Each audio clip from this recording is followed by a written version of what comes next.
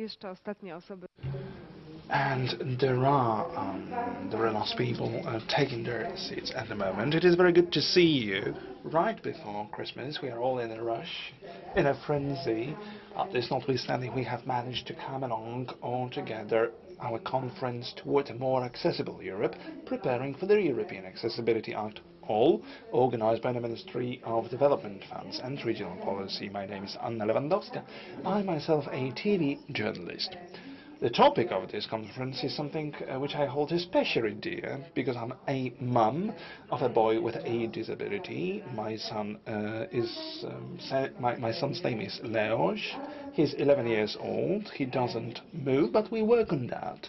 And I must tell you that he's everything to me.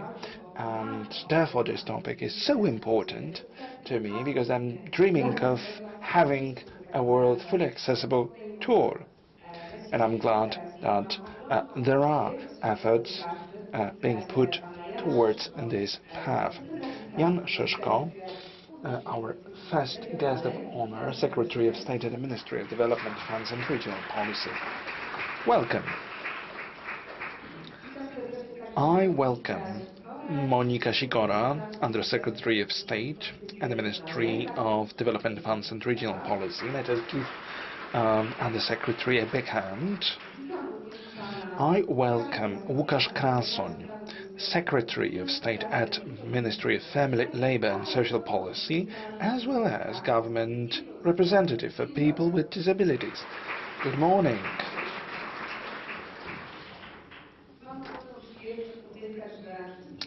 Furthermore, I acknowledge the presence of all the speakers at this conference, all our guests who are here in person in the room, but also the ones who are joining us online. Good morning to all of you. I am certain this will be a truly inspiring day, where we will exchange knowledge, ideas for the future, as well as good practices. We are more than open to accommodate accessibility, and that is why this meeting is being broadcast.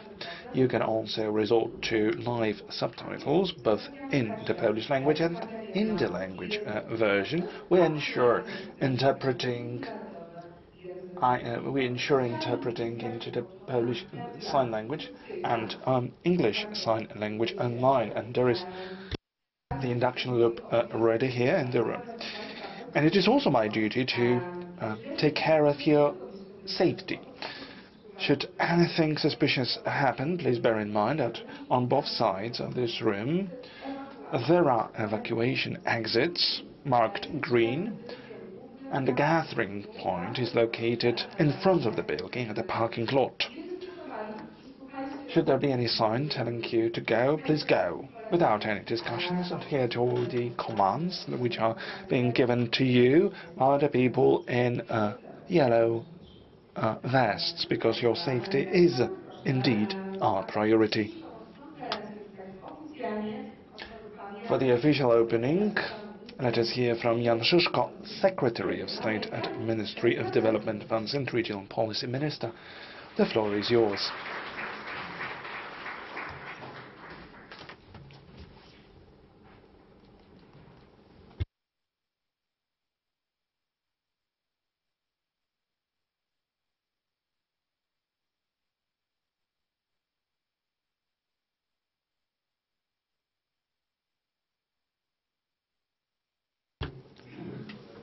This was an exceptionally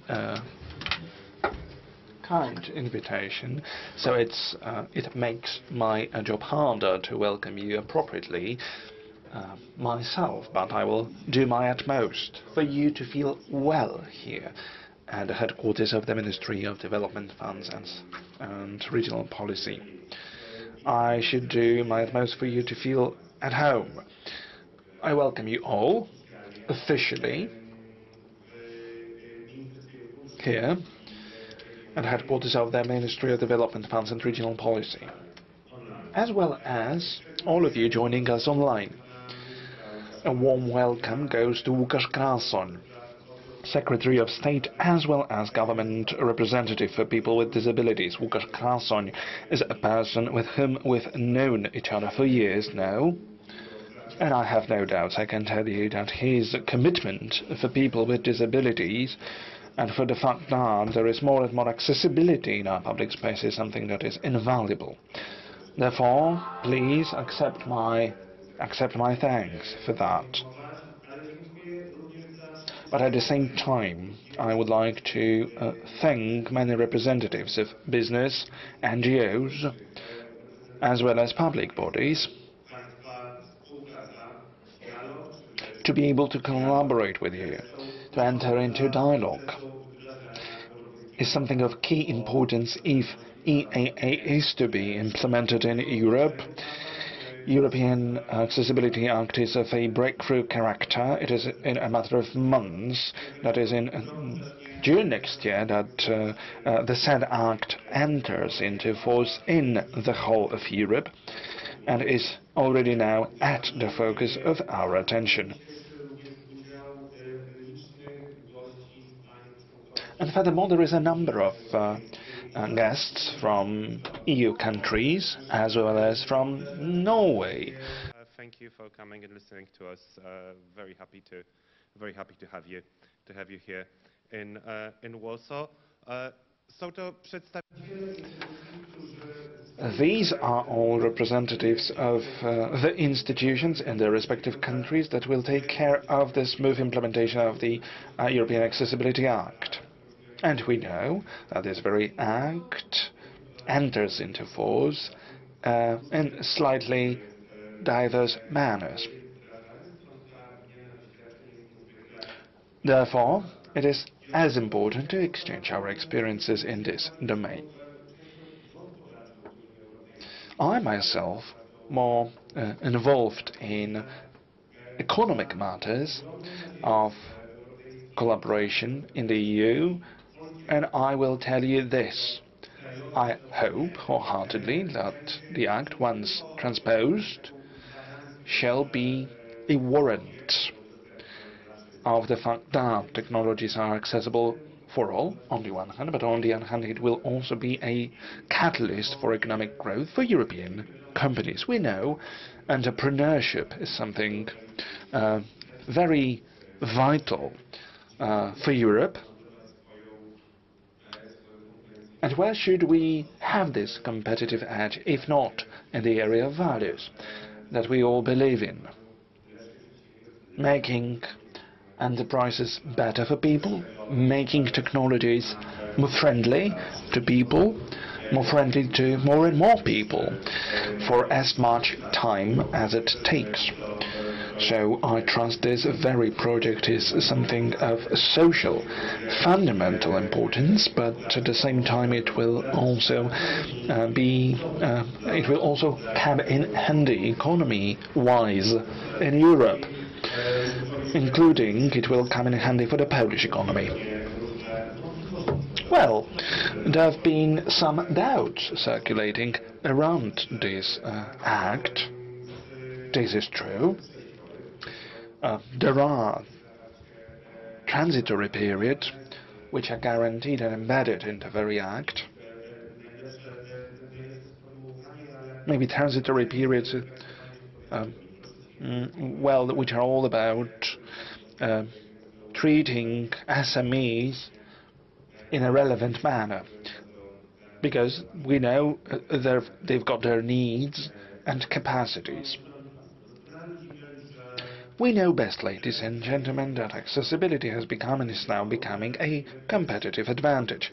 Those companies who are now investing in this kind of leap are overtaking their competitors, or will soon do that.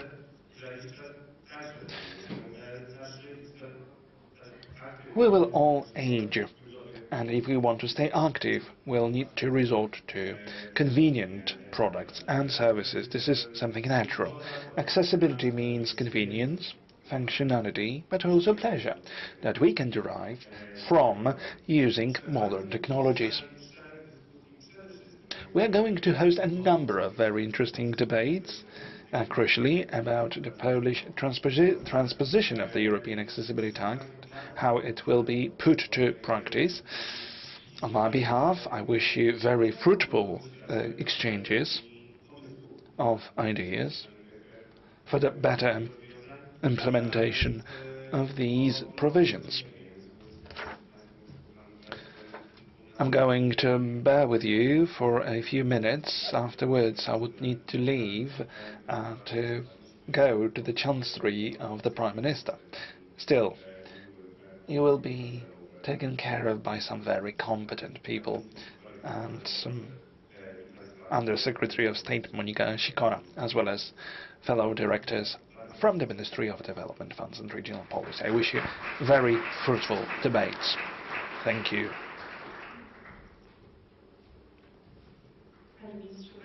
Minister, thank you.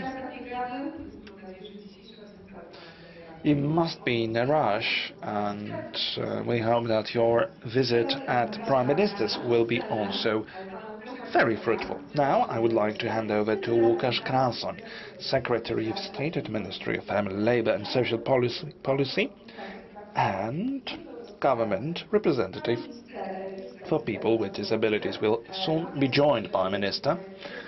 I hope that you are all well rested, because our speakers have done their homework, they are well prepared, and I have this feeling this is set to be an interesting discussion at this very stage. Handing over to Łukasz Krasoń. I haven't been here. I have never been a steward, and you'll under me my stewardship. Well, I have taken advantage of what you can see here in this image. Well, I'm going to dwell on some practicalities of accessibility. Why accessibility matters in this whole puzzle. Why the EAA that's set to come into vigor in June affect the people so much. And I mean each and every one of us.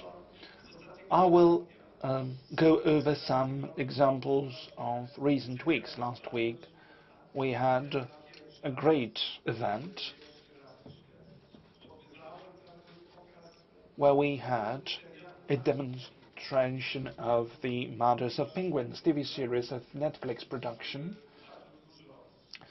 And I believe this TV series has done a tremendous job in terms of awareness raising around the topic of the needs and the potential of people with disabilities. So together with the organizers we have taken a decision that this demonstration will be featured with a discussion panel. And this event took place in the Palace of Science and Culture. I could not manage to come up because one lift was broken and the alternative was 12 stairs. Because so it happens. So the only thing I could do was to scribble something that if we speak about accessibility, in the first place we need to get true access to where I was supposed to be. I did not manage. And yesterday I was a laureate accepting an award as a friend of Polish Society of Lung Diseases, and I rushed from the gala in the Palace of Science and Culture into some show by including my son, 6 years old, Służewiec Culture Center. Apparently a modern building that was constructed 6 or 7 years ago, and it occurred to me that 2 lifts were not operating, so I could not spend my time together with my son. So that's very much about what I mean addressing the topic of accessibility. So I would like to spend my time, that's a value for me, and I want to read some places. This is accessibility of the buildings, but this is also digital accessibility. There are people with some bigger needs, and if they are to get some message, they need to be enabled to do that. The websites should be responsive. I myself, a person who telephones a lot instead of using a mouse and a computer, and I should be able to use a website through a mobile app. There should be tools in place like screen keyboards, or there should be another trend. Developers of computer games should also be mindful of making ready software for the use of controllers for the people with disabilities. So, let's bear in mind the following. Accessibility is not only something that happens behind the scenes of public institutions or public offices, but also entertainment.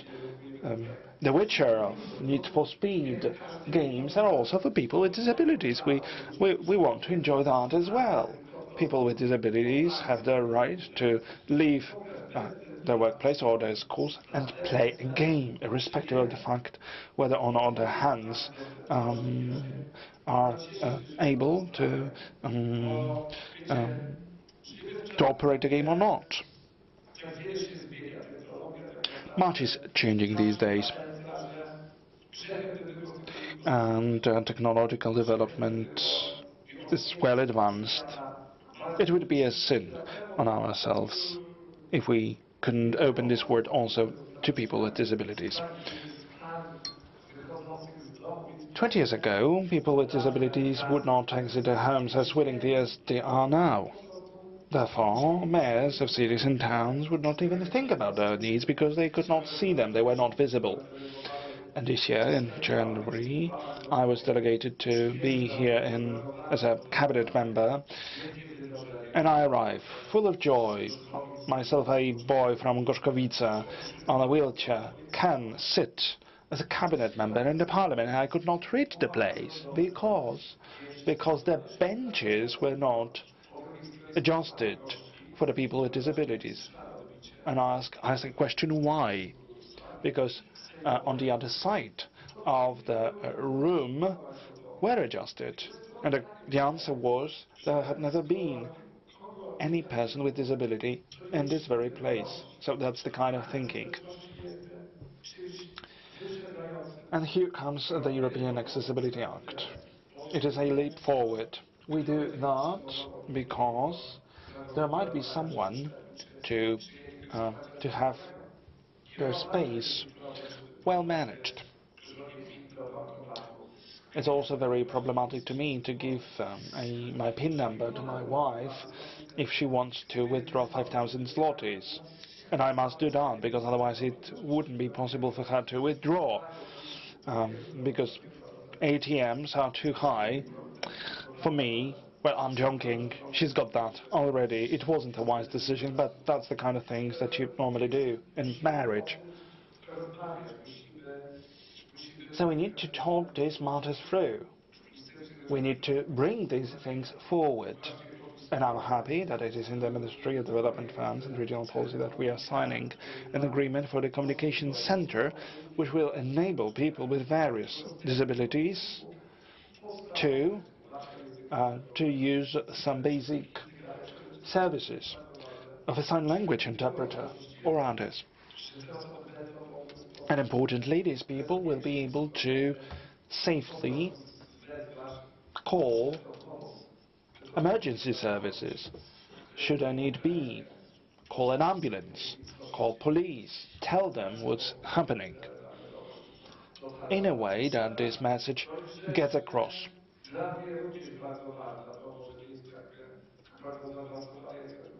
Another vital thing, something which is also close to my heart, Accessibility Inspectorate Facility.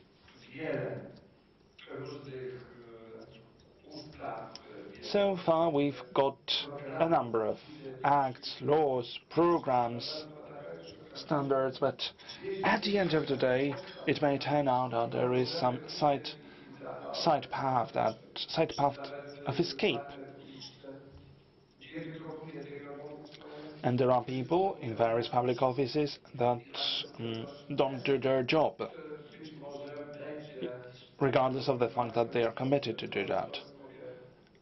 It may also happen to the European Accessibility Act.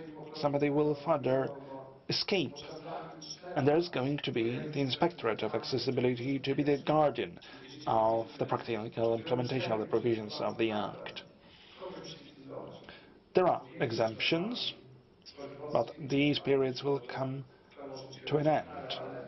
So we need those vehicles of a penalty, of accountability. And as rightfully said by Mr. Szyszko, Ms. Lewandowska, accessibility is for all of us. Maybe now not every one of us should need this level of support, but something may change in the future.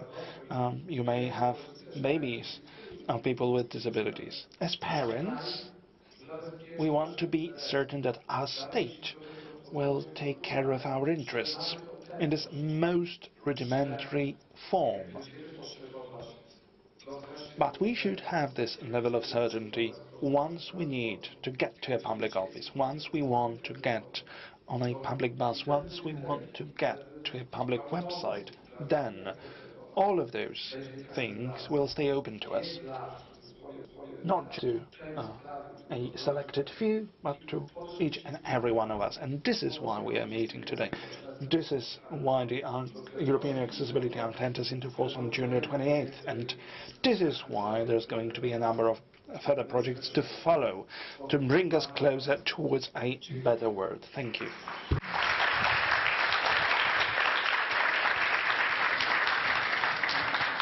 Panie ministrze, bardzo dziękuję. Bardzo cieszę się, że Thank you very much, Mr. Minister.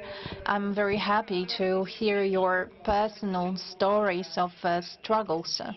Because one might think that if one becomes a minister, all lifts will work, but it doesn't work this way. So these are the challenges that every single citizen might be met with. Mr. Minister said that collaboration of institutions is key, so that at the workplace or in public spaces we can count for accessibility. So there is a trialogue for effective implementation of European Accessibility Act. This is what we need, and I would like to invite Artur Marcinkowski to join us on stage. He is the head of the work group on the implementation of EEA, which is a part of the Accessibility Council. So Artur Marcinkowski is the founder of the Visible Foundation.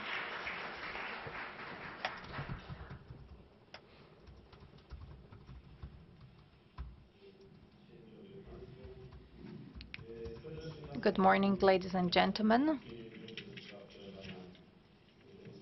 I would like to welcome you on behalf of the working group on the implementation of the European Accessibility Act. I would like to start with some food for thought. You might remember our first research. It was conducted 10 or maybe 11 years ago. We analyzed the accessibility of public websites. What we found out back then was that over 1% of state websites fulfilled the basic requirements for accessibility. After 10 years, the percentage is more or less at 50%. So we have made a great leap forward. So that's quite amazing. I've been working within this area for over 25 years. We have 2 acts of law that regulate this public sphere. So we might say that this is regulated. We have the European Accessibility Act and the Polish Act on Accessibility of Goods and Services. So the journey that we have traveled has been a very satisfactory one. Most of our expectations were fulfilled. Of course, we can always see the glass as half empty, but we need to acknowledge what has been done so far. When it comes to digital accessibility, we do very well as compared to other EU member states. There's nothing to be ashamed of.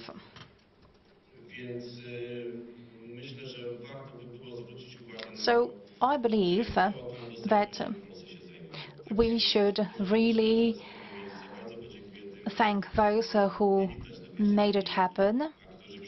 So I would like to thank all of those who are not standing in the limelight, but Zuzanna Raszkowska, Adam Pietrasiewicz are among the people who made it happen. So these are the people behind the scenes. These are the people who made us achieve.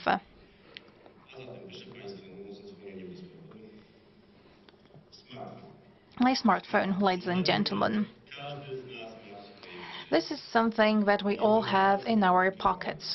It's a very complex device. Professor Dragan says that there is no single person in the world that can prepare a technology that would be used on your mobile phone, on your smartphone. I believe very few of us understand, for example, how does the screen work, or how does the processor work, or you might not understand the software and how it's developed. So your phone, which is kind of a symbol of modern times, is tremendously complex. If it's designed in an accessible way, we can use it. These technologies are made accessible. All I have to do is just press one button and then it works. The content is accessible. This might sound like a cliché, but the accessibility of product services is a thing of the future. The technologies are going to become even more complex. The same goes for devices.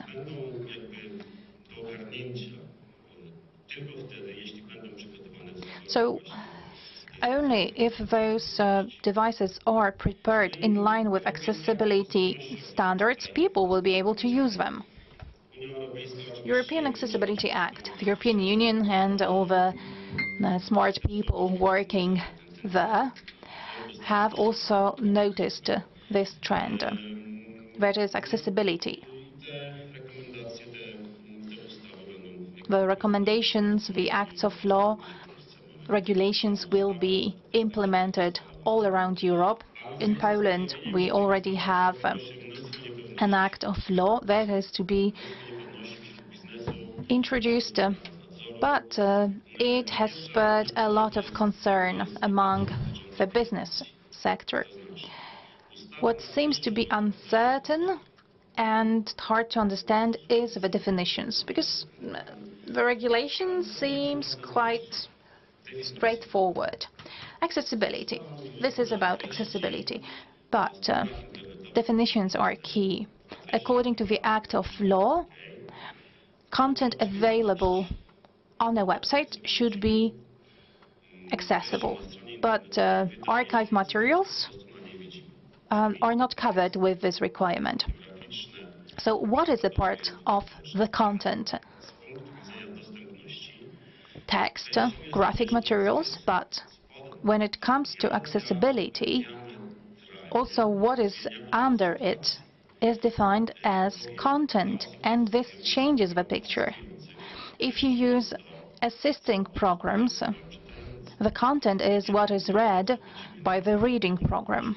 So this is not only what you can see on the website, but what is hidden in the code.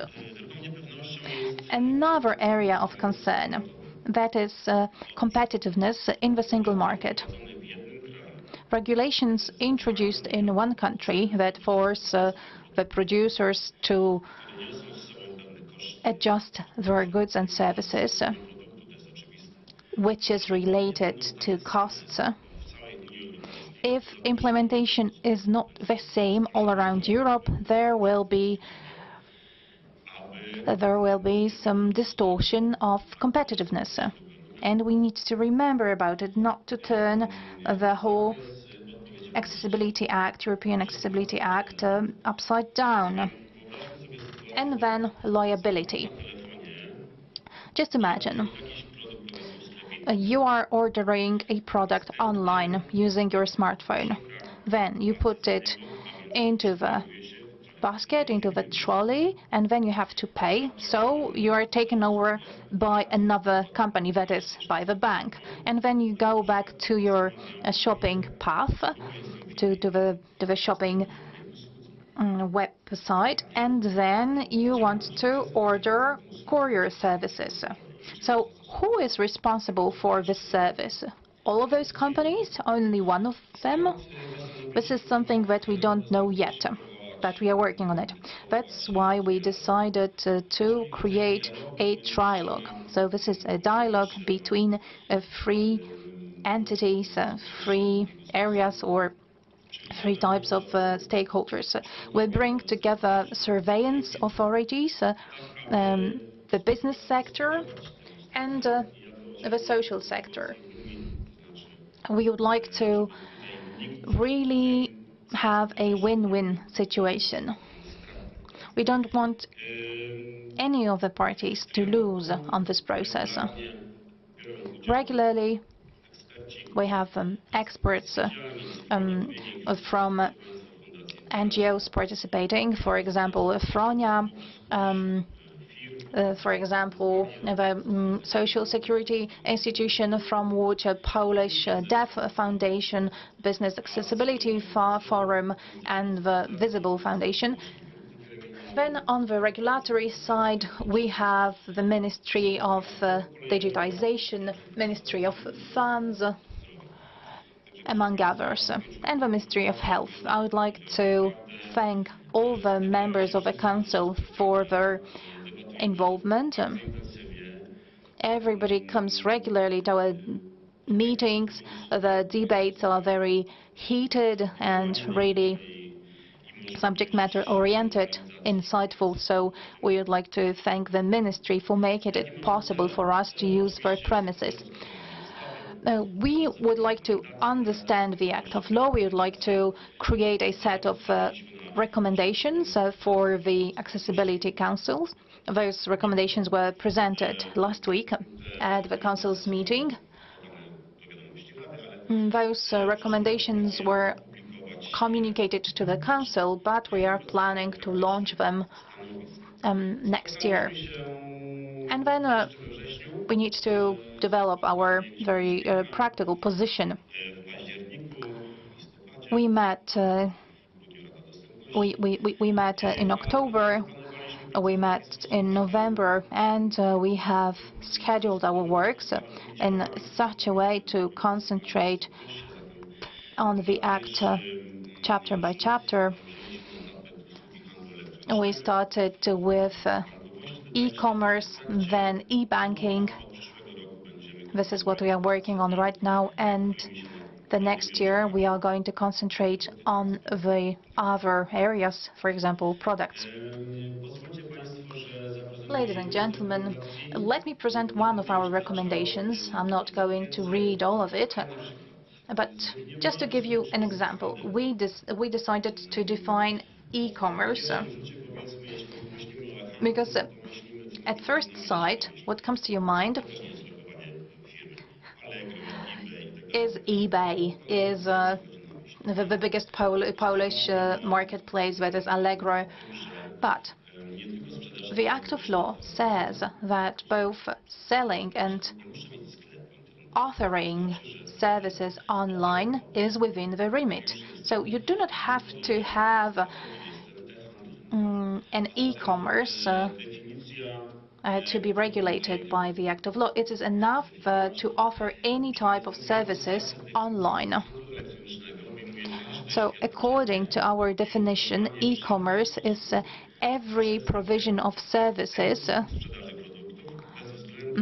and offering services online, including the sales of products. These products do not have to be defined in the act of law. It's enough that you sell something online. And then the rest of the definitions. The next year, I hope we will publish the whole list of definitions, but we were talking about the service providers' liability. These are the consumer.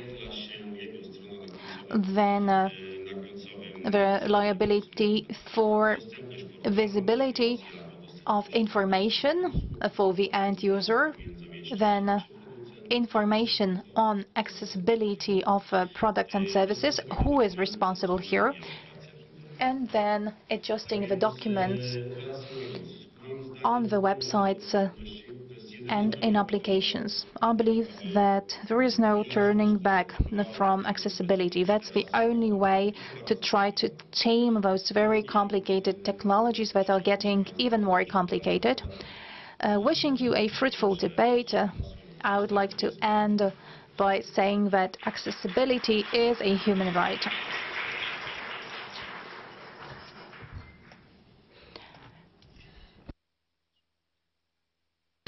Thank you very much, Mr. Chairman. I would like to thank for the efforts of the whole working group, and we are looking forward to the outcomes of your work. That was a beautiful introduction to the next part of our meeting. Who will be supervising the Polish Act on Accessibility? I would like to invite Karolina Mendecka, Director of Business Accessibility Forum, to join us on stage.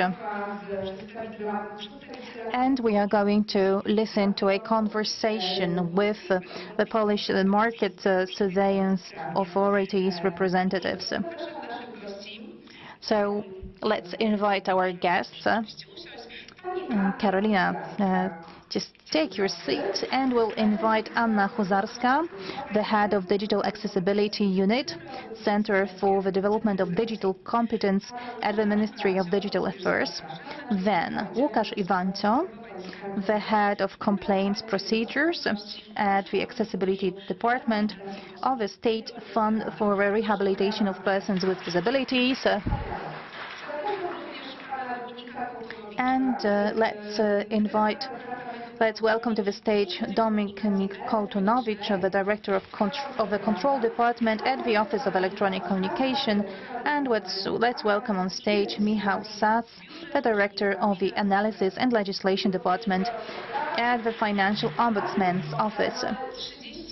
We have 30 minutes for this panel. And I believe that we won't manage to discuss every interesting matter, but in the afternoon we'll have ample time during the table conversations.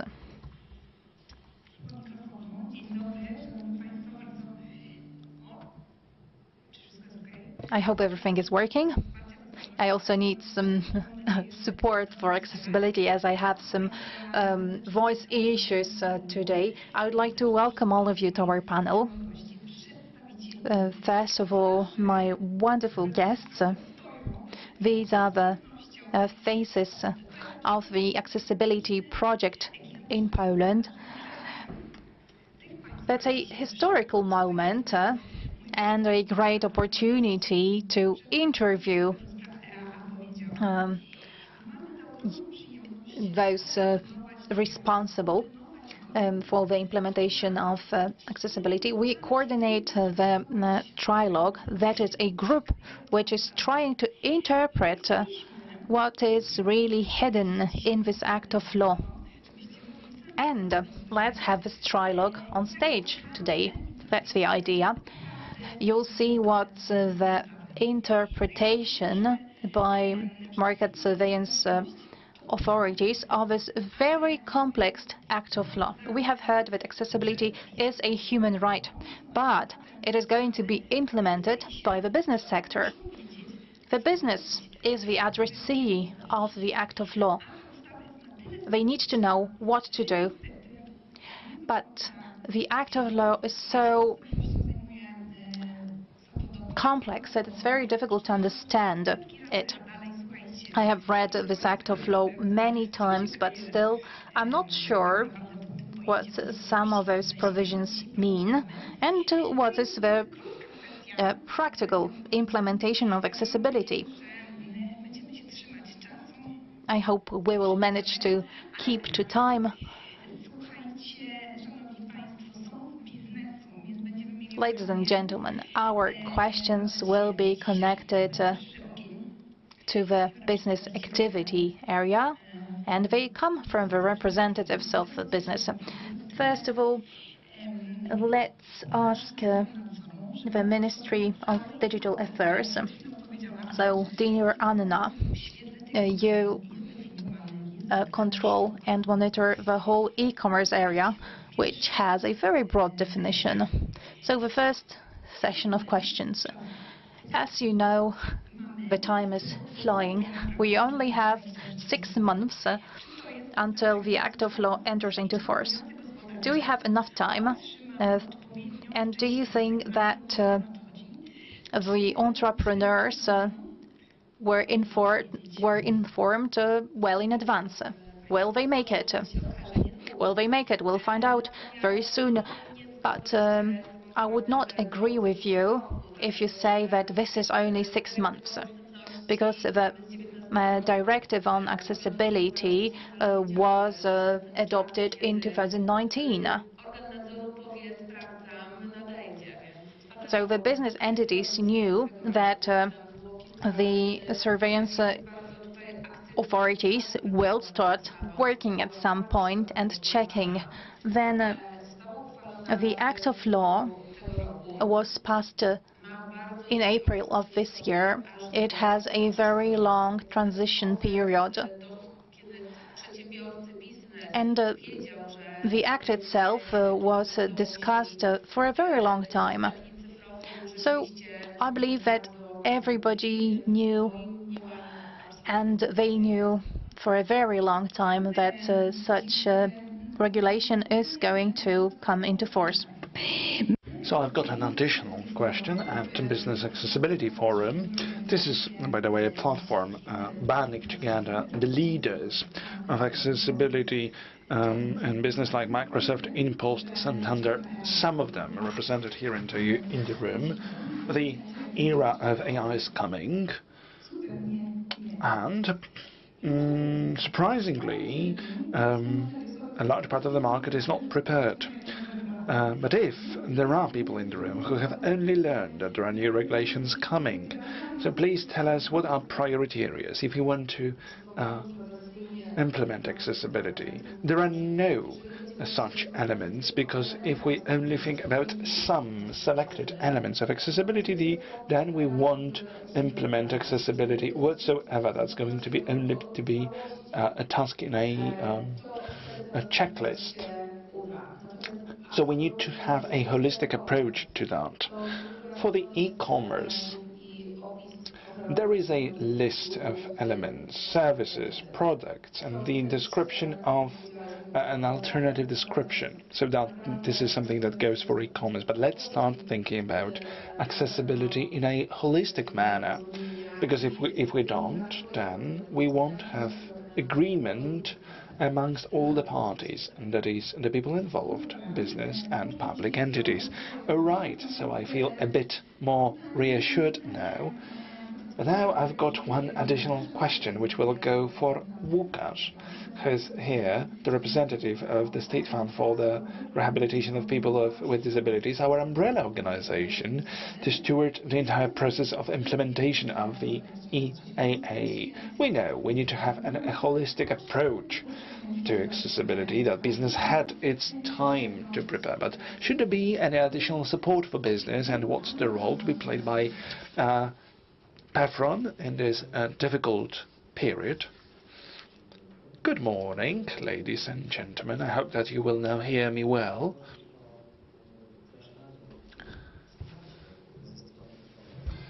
Well, what kind of support we can offer as our organization? Well, there are going to be guidelines for business so that the business knows what requirements there are in the area of accessibility and in what way these requirements can be met.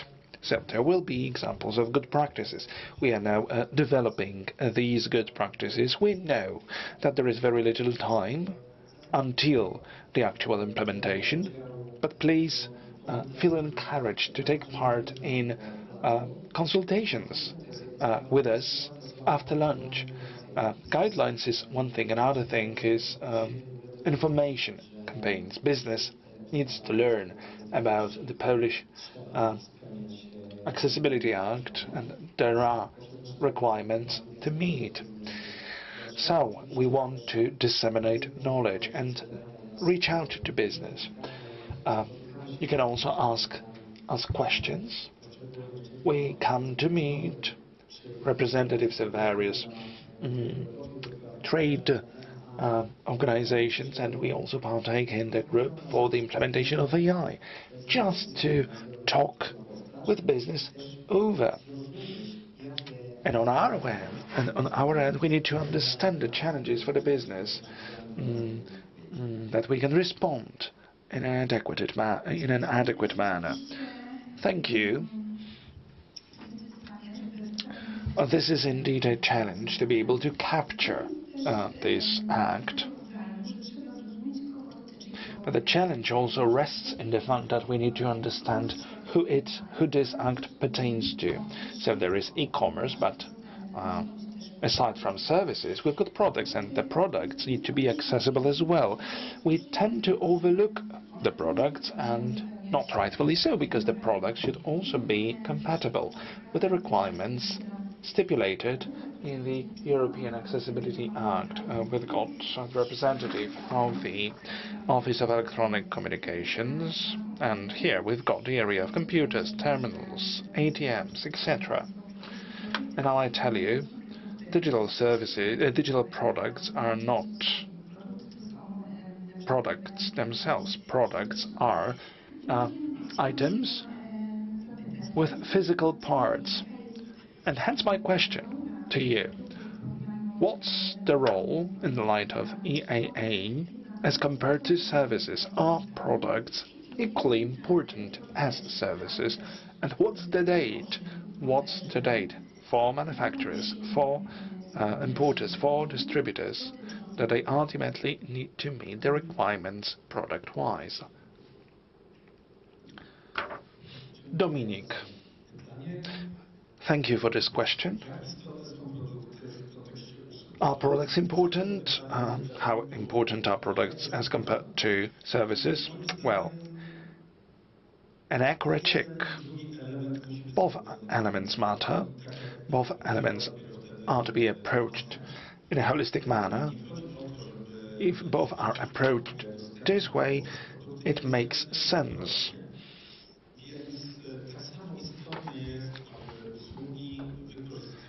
It is as important for services to be using products that are accessible. And there is a straightforward interpretation in the very Act, Article 12, which says services are to be provided via products that are in line with accessibility requirements as set in the Act. So that's the formal approach towards this issue.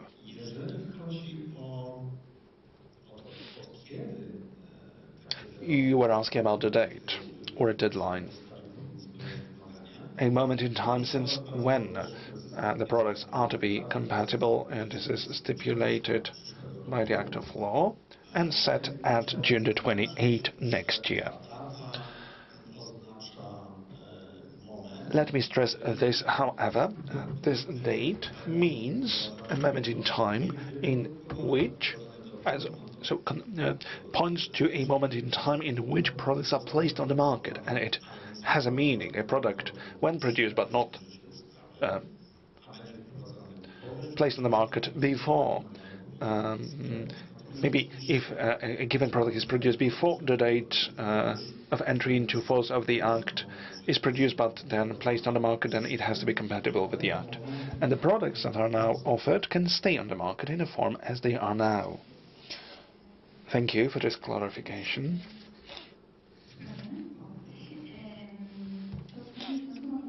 What you are saying makes me think. And indeed, the Act entails a certain transition period, especially vis-à-vis products. Some elements of services may not be fully accessible, but there is one message that gets across to the audience. Everything needs to be accessible. Yes, this is true, up to a point, though, because not all the things have to be fully accessible at one time. So there are doubts amongst business operators. How should we communicate to our consumers what they are entitled to, what needs to be accessible now? Why does it matter? Because there are claims for consumers, and that's the kind of vehicle that they can resort to. And now my question to the financial ombudsman. What kind of this mechanism, claim mechanism, how much is it important for consumers? How should we inform consumers? What should we tell them about their rights? And what are the key elements of this process? Thank you. A very good question. The Financial Ombudsman Office every year issues an information about observing the requirements of the law. And there is one interesting figure: 2 million claims are directed to the institutions of the financial sector. If I were to estimate how many claims have been reported to, 2.5 million. This many claims go to financial institutions. As regards our office, there are less than 100,000 cases that reach us. So 90% of cases are managed by consumers themselves, because they regard us as not an ultimate vehicle, but maybe some financial institutions acknowledge some of those claims. Well, both can be true, but this claim procedure concerning the lack of accessibility is very similar to the pathway which we've got in our office. You can spare yourselves many problems being a financial institution if you acknowledge the claim in an appropriate manner, telling a consumer that their claim is not justified, and that's done. And there is huge potential for the financial institutions which have got certain requirements in the Act, if they resort to this claim mechanism. Well, there will be a number of clashes in the first years since the moment in which the Act enters into force. So it all boils down to the way we approach it. Maybe there is a claim, it shouldn't be overlooked. This may be a source of knowledge about how the things should be organized. So this is an opportunity for financial institutions that we can explain consumers this or that. For example, we've got still 3 years until we can fully offer this service in an accessible manner, and then we'll be ready. So this kind of approach can spare financial institutions unnecessary contacts with the market surveillance authorities. This fully empathetic approach on the part of financial institutions, I hope this will materialize, and I hope that we'll approach our audits in an equally empathetic manner. And now we'll have the second round of questions, and hopefully this second round of questions will show us how intense this trialogue is and how concrete we are in terms of asking questions. We'll show that these answers are not always easy, because this very act is not easy to interpret. My first question will go to Dominic again, and it pertains to the products that I mentioned already. Well, for the definitions, they might tend to be problematic. And there are companies, big companies, with their lawyers, and they might attempt to interpret to their own gain which products should be embraced by accessibility requirements. There might be doubts around the terminals, all of them, routers, parcel machines, etc. So my question is rather simple, but we shouldn't expect an equally simple answer.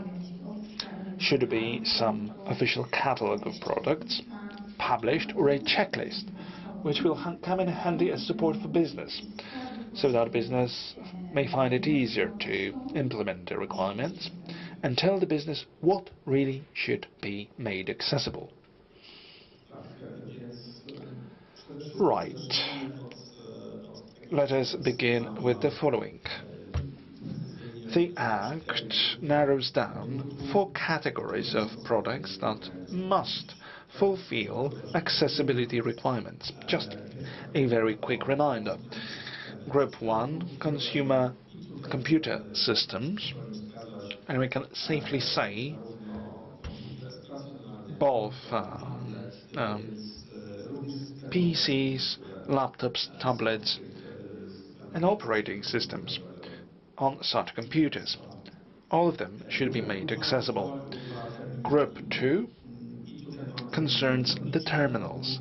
Payment terminals, and this is specified by the Act, self-service terminals, ATMs, cash-in machines, ticketing machines, as well as other kinds of terminals where we can get information ourselves if we want to. And Group 3, that is consumers and user machines, which are used for the services all called upon in the Act, that is telecommunications services on the one hand, and on the other hand accessibility to services, audiovisual software. For instance, information about the programs. And there is one last group specified in the Act of Law, that is readers of e-books. So actually, it has been very specifically narrowed down in the Act. And importantly, the fact that a given product is within a group is not determined by how manufacturers can call their products, because there might be different marketing names, and there is a lot boiled down to the creative spirit of the manufacturers. It boils down rather to the features, and this is through the prism of 3 features that will essentially assess whether or not a given product is subject of certain requirements. So this is not something which boils down to what a product is named or how it looks, but what kind of features it entails. If a manufacturer calls their product a terminal, but in fact it is not a terminal in line with the Act, it won't be a terminal subject to the provisions of the Accessibility Act. Thank you. Great. I believe it's very helpful to make certain things clear, but we need to make clear yet another item which stems from the Act, namely plain language, clarity, B2 language level. All these buzz phrases have circulated around this Act, but apparently we don't know fully what kind of standards we should apply, how to offer products or services in an understandable manner. And my question goes to Michał, as he is the representative of the Financial Ombudsman Office. I know that there is a lot going on in the area of plain language. A lot is apparently in the pipeline. can you tell us what your experiences have been, what business needs to pay attention to, and what are your reflections in this topic? Well, this is not our office that has taken up this topic. This topic has been, well, much in the limelight in the whole country. We've recently taken part in a training on understandable legislation. So I think we might expect that the law eventually becomes clearer. And much is going on in the business as well. But coming back to the topic at hand, that is plain language. There are definitions in the Act. There is a definitions section. The Act pertains to certain degree of relevance of product in light of its description. So there are various categories of products, services, and various categories of their users. We might have common services, we might have elite services, sophisticated ones and simple ones. We may have also different consumers. And let me resort to one example. There is a service of an account in a bank. This service is rather complicated, but very common at the same time. To another end, an example from the world of e-commerce. Gramophone device may not be as understandable, because if we wrote about it in a B2 language, something rather narrow for the selection of words, some users might think that these weren't professionals who manufactured the item. So there needs to be a certain degree of relevance between the product and its description, and we need to also be mindful of the fact who our end users should be. Should be ready to accommodate for the descriptions that we offer. There are principles of plain language. Some financial institutions have already accommodated for those principles, and it happened a few years back. Things that might be intuitive, but we would not be able to come up with it so easily. That is active voice then rather than passive voice, no inversion. We are things in bullet points, etc. But the principles of the plain language is not just one standard that we may apply as we develop descriptions of products and services. We can approach it otherwise. And instead, we can think how things can be expressed in a simple way.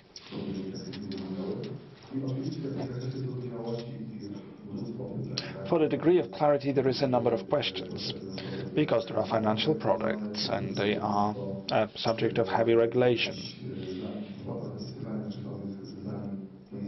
And for matters, because this is a professional standard, and this in itself is a challenge. We are mindful of that, we know how to sort it out, yet we don't arrive at ready answers, and we are waiting for the proposals of our partners in the business world.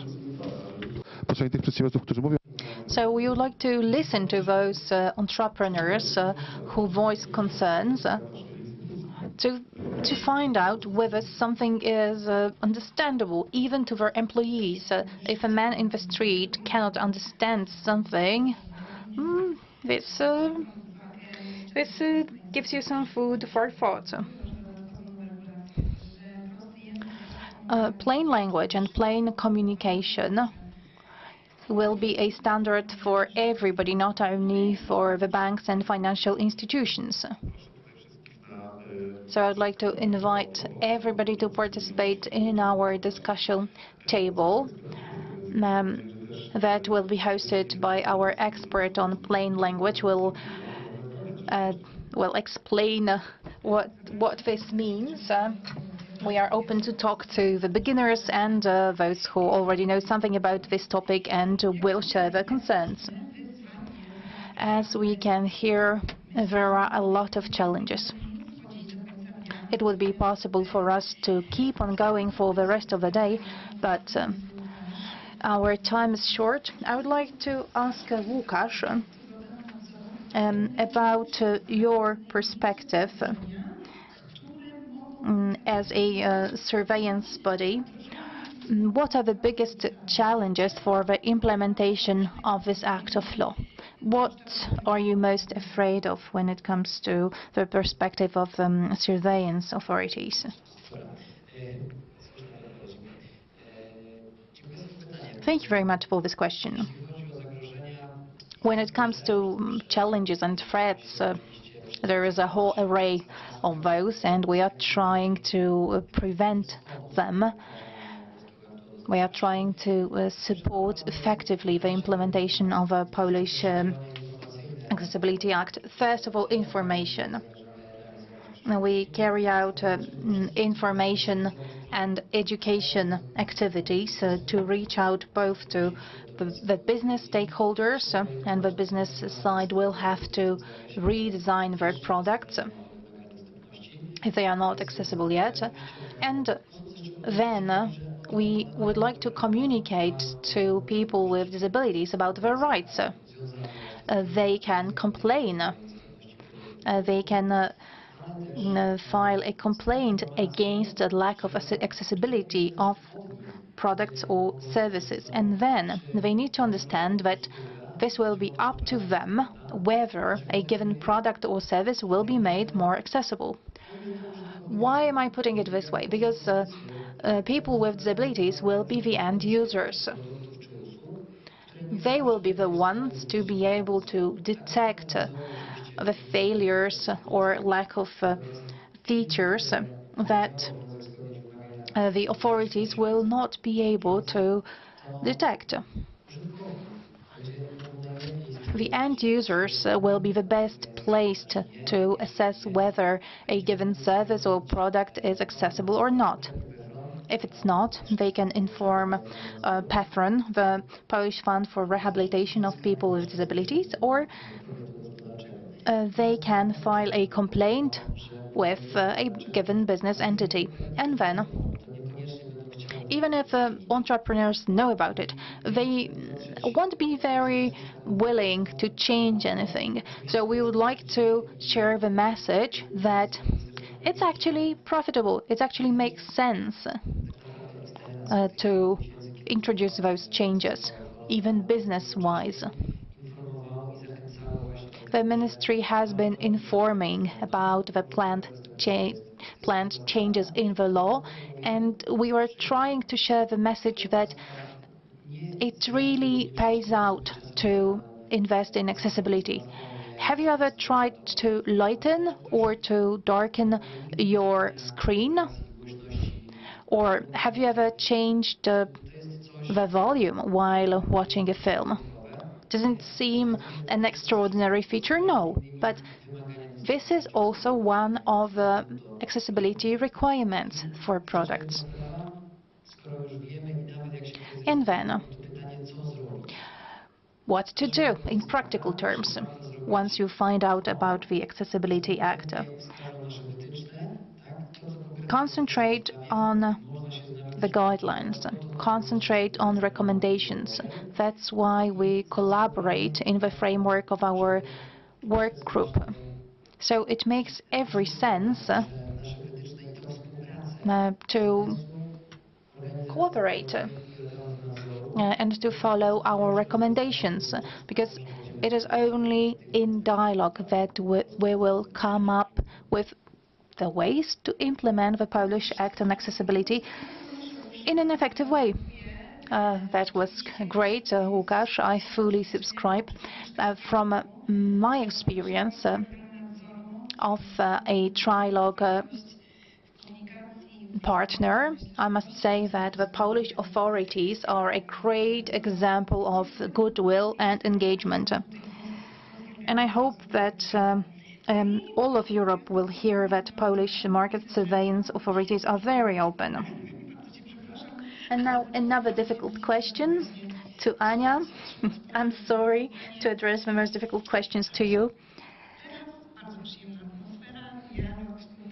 So we are sitting here in a very nice atmosphere of dialogue. but control and monitoring will happen. So can we hope for the understanding, empathy, and the goodwill when the entrepreneurs will be controlled and audited? That's a controversial question, but let me put another spin of it. Is business going to collaborate with us? Is business going to be open to cooperation, or is business going to try to circumvent the regulation? If the business sector is open for cooperation, we also will be open and good-willing. We don't want to be here this strict monitoring authority just willing to apply fees and provide some additional revenue for the Treasury. We will definitely need to mobilize the business sector and show them that it makes sense business-wise. There is ample research to provide grounds for it. And the whole auditing process is designed in such a way for it to be collaborative. A business entity can participate in all auditing steps. There's always a possibility to express their opinion, to provide clarification, and the audit report is never something to surprise you. Then there is a website with information on digital accessibility. That's digitalaccessibility.gov.pl. So you can find there information that will be very useful both to business entities and to administration entities. We have a very wide training course program. We train on accessibility of websites for public entities, state-owned institutions. We will also have a project for validation. And of course, we can discuss details during our table discussions in the afternoon. So definitely you can hope for dialogue and openness on our side if there is dialogue and openness on the other side. So I hope that all conversations around the implementation of the Act will play out in a good atmosphere like the one we have here. But accessibility means people, both on the side of end users, entrepreneurs, and surveillance authorities. So I just appeal to the human side of us in this process.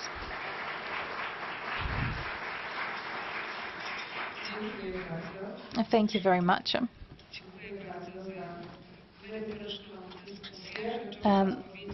That was a very dense and informative debate. After lunch, we will invite everybody to join the table conversations on a given topic. So you'll have such an opportunity after lunch. And now moving to the problem zero, that's invisibility. Invisibility of people with disabilities and invisibility of their needs in the social, economic, professional life. A lot has been done, a lot remains to be done, and I would like to invite Łukasz Wielgosz, a board member of the Avalon Foundation.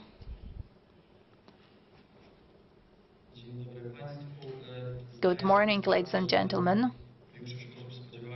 I do realize that most of you expected Sebastian Lute to be here. Unfortunately, for health reasons, he couldn't come, but he asked me to give you all his best. We are talking about accessibility. Here, a bit of audio description. I'm wearing a gray suit and I'm standing in a very humble but also proud way with the backdrop of a Polish and European flag, and moving on to the presentation. The initial problem, the threshold problem, is the one that was specified by Sebastian, who is the founder of the Avalon Foundation. He is the founder and the big boss, a visionary that was awarded the Cross of Merit of the Republic of Poland, and as you can see, is a great fan of extreme sports. He is 95% paralyzed and not able to pick up a glass of water, but at the same time he is capable of driving the sports car. I have no idea how he does it, but I have never been brave enough to get into this car with him. Definitely, Sebastian is the best example of the phrase that willingness is everything. If you want something, you'll get there. It's enough to try. I would like to introduce you to our foundation, Avalon. This organization has existed since 2016. We are developing our activities, so we understand that disability has many phases. We deal with rehabilitation, but also with social and professional activization. We are trying to support the professional life of people with disabilities, and we also train the employers who would like to employ people with disabilities. Our another area is sexuality and parenthood of people with disabilities, as well as extreme sports. Coming back to parenthood, many people do not understand the need to become parents. We also supported and keep on supporting children with disabilities and refugees with disabilities. And last but not least, our activities around accessibility. We try to promote accessibility, and we try to convince the public that it's very important to foster accessibility at all possible levels. The Avalon Foundation employs 100 people all around Poland. We are visible and well respected in Poland. Many people give us 1.5% of their income tax. And we have 15,000 beneficiaries all around Poland. This year we were awarded the Zero Project Award. This is an award given to groundbreaking initiatives in accessibility. Out of many projects from all around Europe, 77 were chosen, and our accessibility map is one of them. We created a map of accessible healthcare providers in our country. But also our awareness-raising campaigns were awarded with EFI Award, with Golden Arrow Marketing PR Awards. And then the Polish television awarded us with a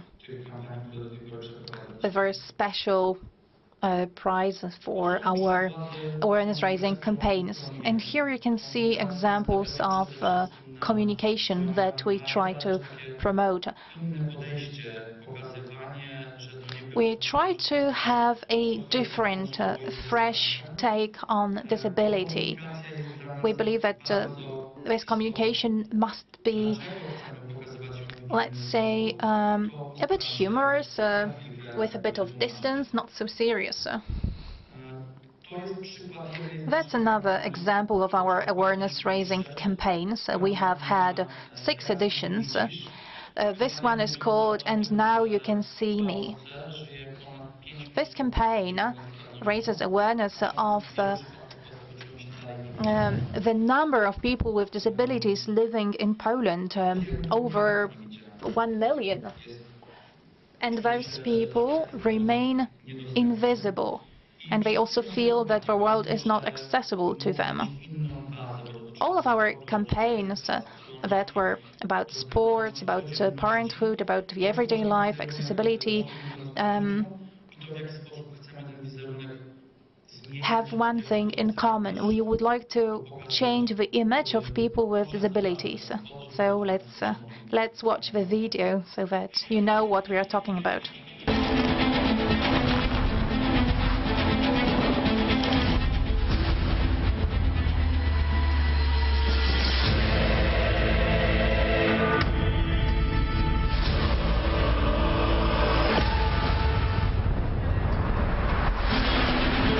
Teraz mnie widzisz? Jest nas ponad 5 milionów, a wciąż czujemy się niewidzialni. Niepełnosprawność to nie wszystko. Poznaj nasze historie na fundacjaavalon.pl.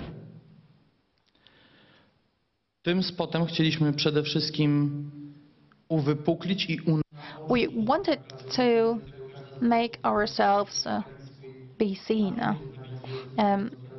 Every character had a symbol, some kind of artifact symbolizing their disability. But what we really wanted to achieve in this clip is that on a daily basis, you do not see people with disabilities.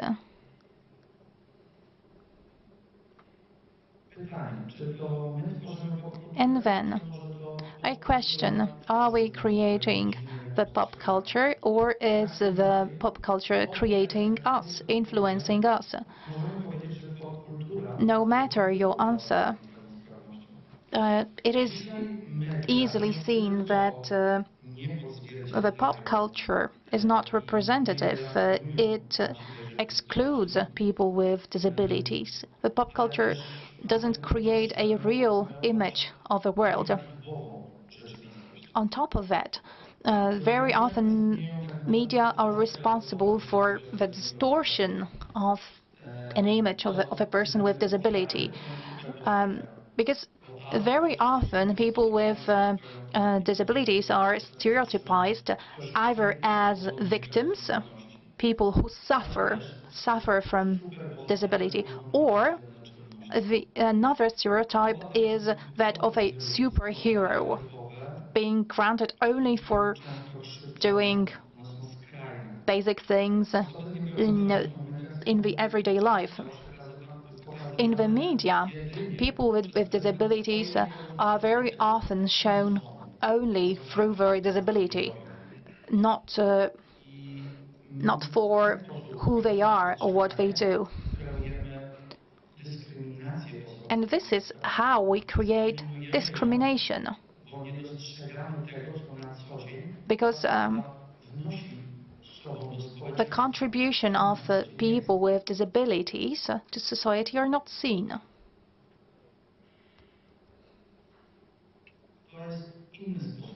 That's another take on it.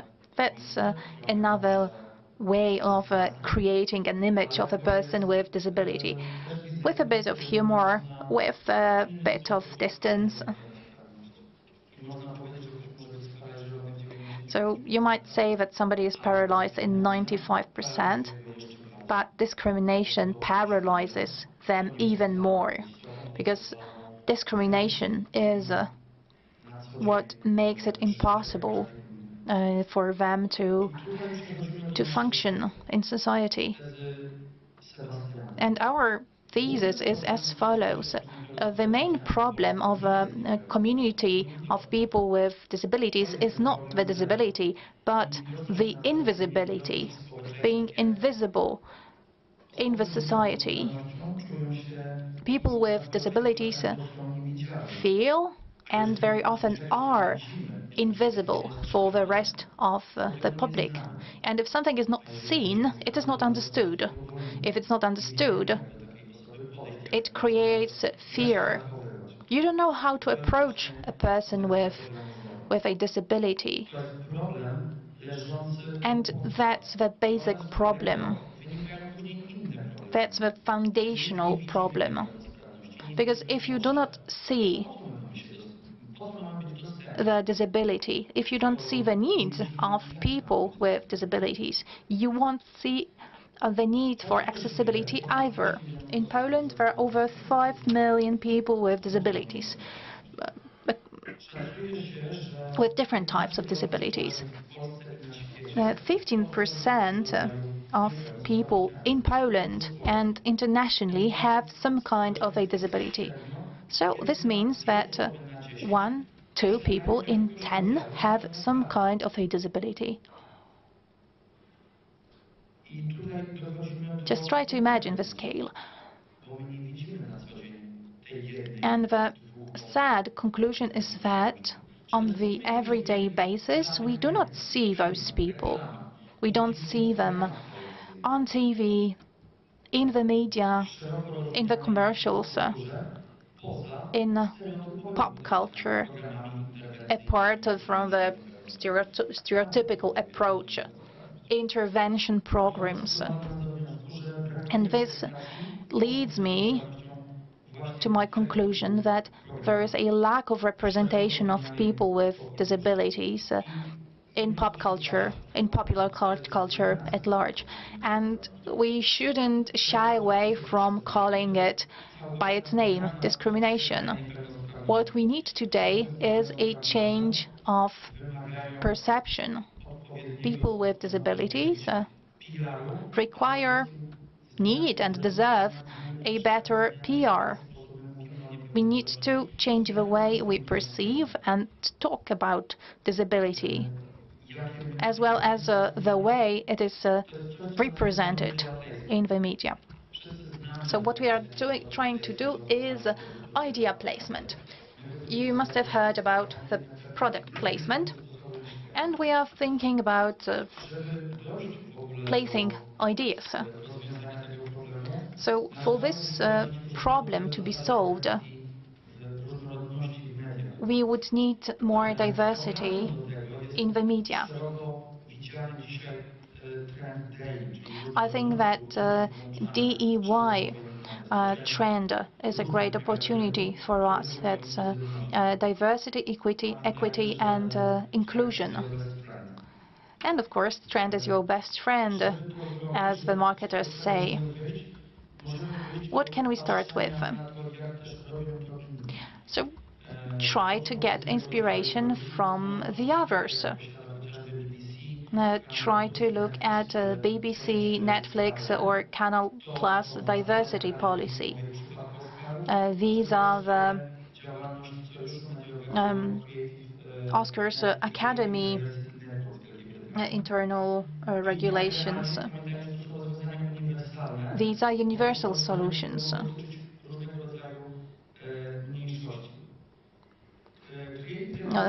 This kind of solutions might be applied to different types of minorities.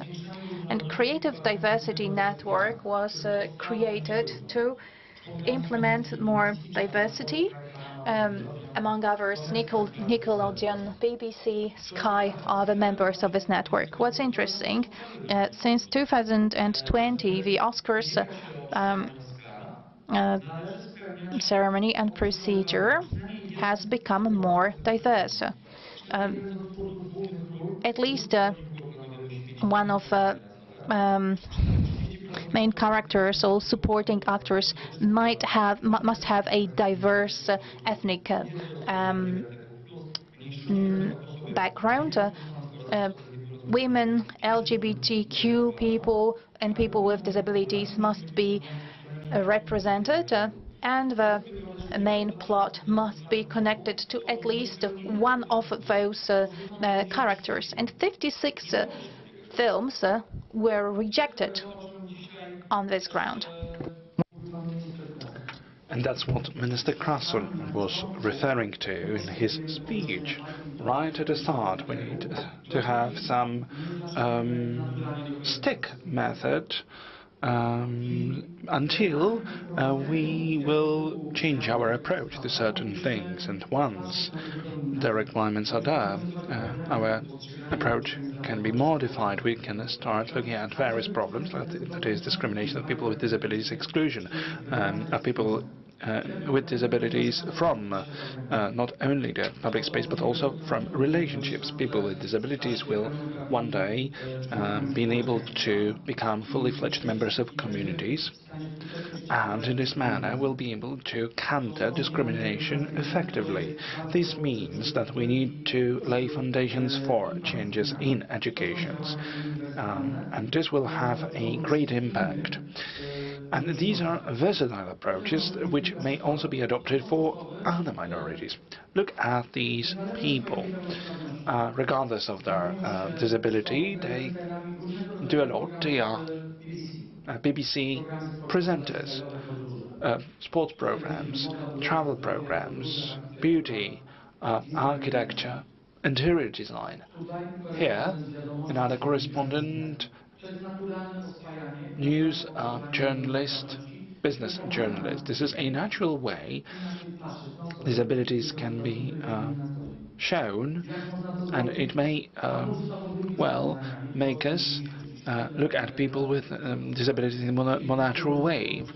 So, but there are also penalties that we need. This stick. Various funds can be thought of. There is a system of encouragements and penalties, and additionally media should be also committed to be called upon the duty how to present images of a disability. But there might be also some media alliances that we can thought of, like Creative Diversity Network. So, amongst media outlets, film schools, National Chamber of TV and Radio, and there should be certain standards developed, thanks to which these outcomes become tangible. Now, a handful of statistical data. The concept of ON is also grounded in research, and we carried out research where we asked how and why people with disabilities feel discriminated. Most of them, apparently, yes, they have experienced discrimination in their lifetimes. Additionally, we checked on, in the focus group, whether and if yes, how they approach the presence of people in ads, the presence of people with disabilities. Most responded they find it an encouragement. And only very few respondents claimed and they would consider this as something negative. Interestingly, the research shows that the positive attitude to people with disabilities may also have positive impact on business operations if businesses employ people with disabilities and have a positive approach to them. Let us bear in mind that a person with disability is a consumer like everyone else. Business tends to overlook the potential amongst consumers with disabilities. Let us not forget that people with disabilities make up as much as 15% of all the population, plus their families, who are very sensitive to how their close ones are treated. So if business changes their approach, then this is another potential untapped.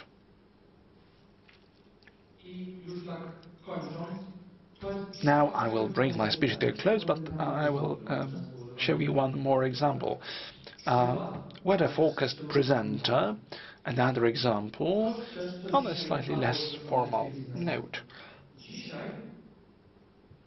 As we heard today, this positive attitude, accessibility, openness to people with disabilities can be treated as something of a competitive edge to business operators, but soon, if adjustments aren't made, if adaptations aren't made to accommodate for the needs of people with disabilities, if business stays where they are, well, it will be treated as a market threat. So it's good if we started thinking about that. Our approach at the foundation think that if there are people, TV presenters, various programs and visible disability, this can translate into a sustainable change in social attitudes. Something that may be more effective than all the programs that we are carrying out now. Today we have met to talk about accessibility. And now I've got a rhetoric question, or maybe not. Has this presentation been beautiful? Well, it depends on one's taste. Has this presentation been colorful, featuring various media images? Well, yes, but too much of this graphic content may be a distraction that distracts our attention from the actual content. Maybe we should be more mindful about the fact that people pay more attention to what's inside, not to the packaging, to who we are, to what kind of people we are, and what our products are all about. Was it easy to focus on what I was saying, not on what I was showing you? Maybe it was a distraction to you. This presentation wasn't accessible, and deliberately so. Just to show you that, well, there should not always be this fun element included, because fun in the packaging may not always be important. What's important, though, is whether or not every single person can take advantage of a product or a service that we want to offer. Thank you.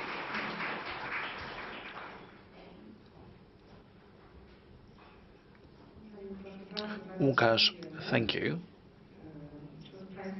Ladies and gentlemen, let me accentuate, as a mum of a child with disability, I often struggle with the fact that people with disabilities are often approached in a stereotypic manner, and this also goes for parents of children with disabilities.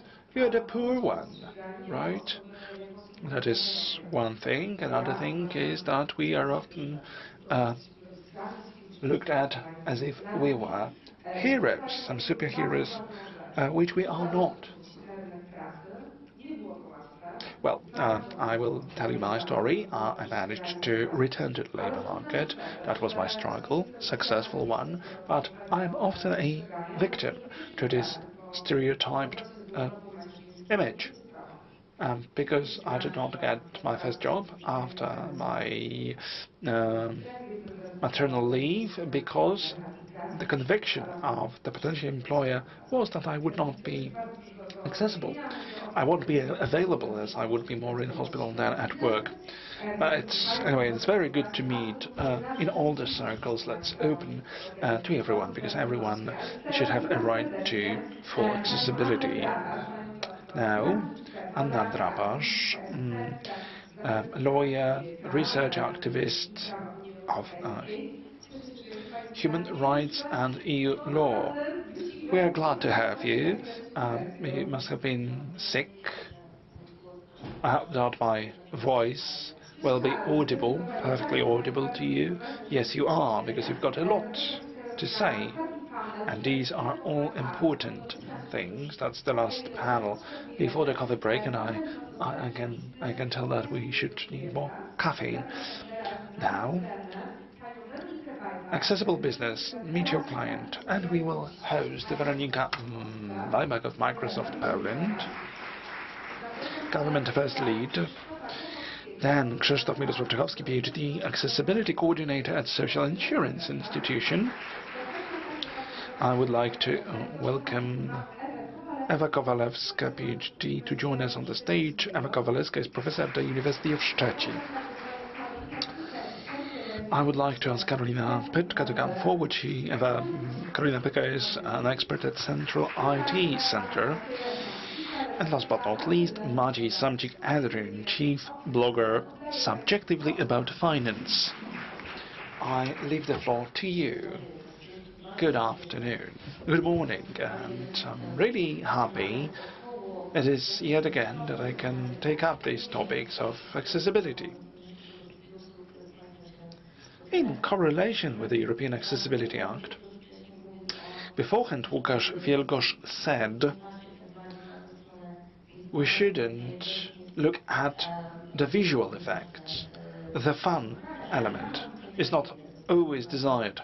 Yet, I hope, having before me the circle of outstanding experts of different areas, to have this fun element, to have some spectacular effects.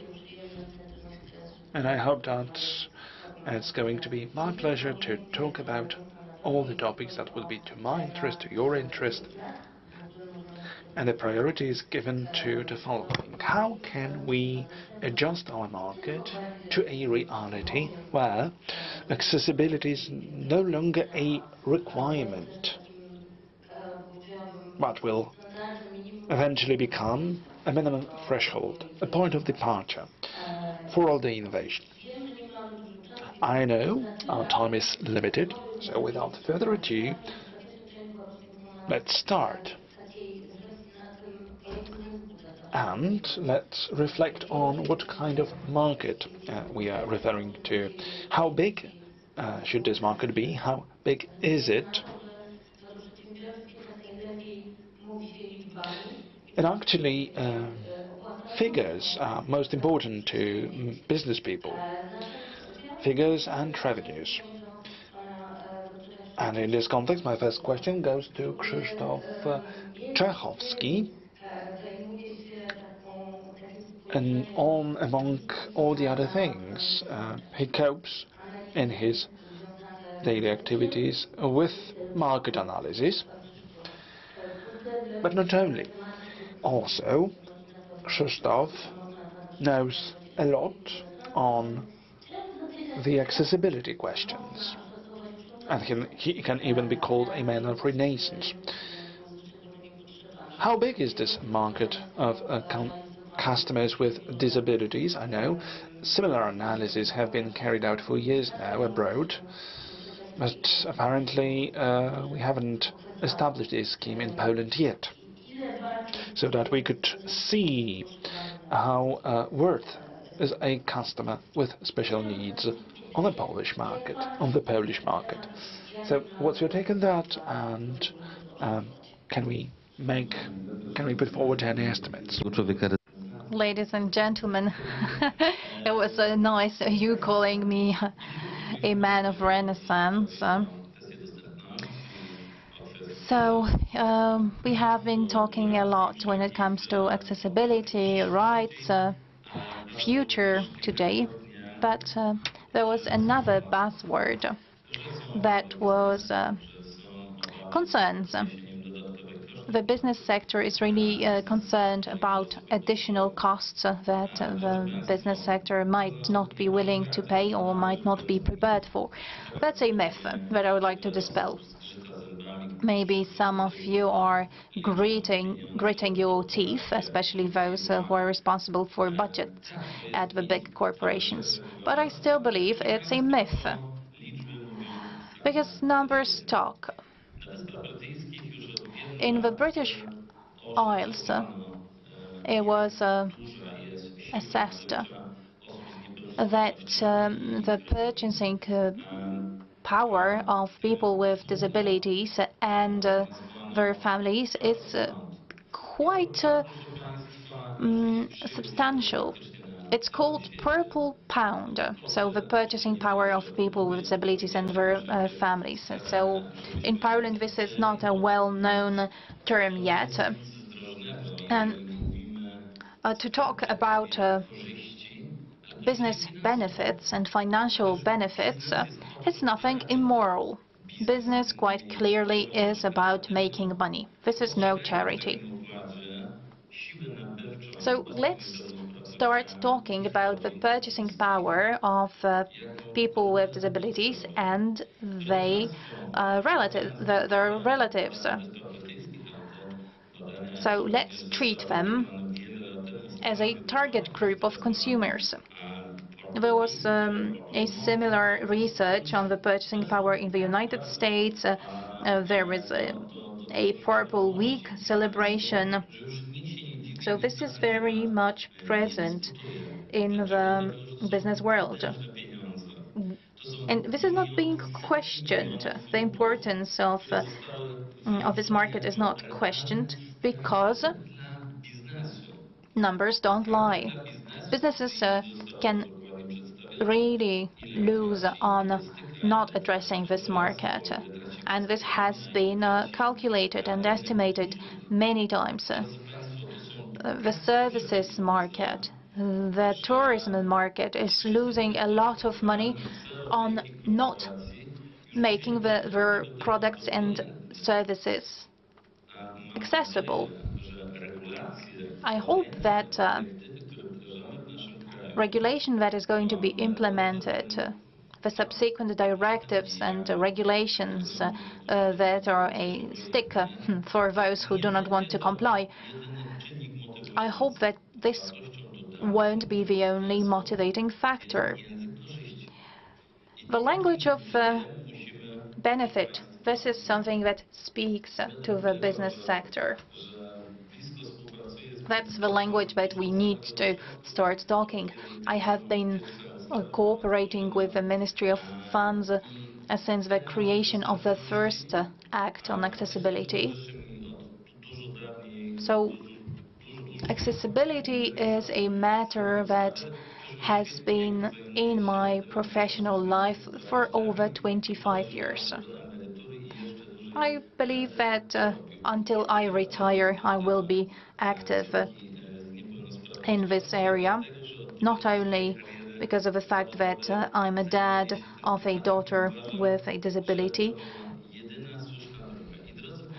No, this is just something I've been working on my whole professional life. Definitely, I will lobby for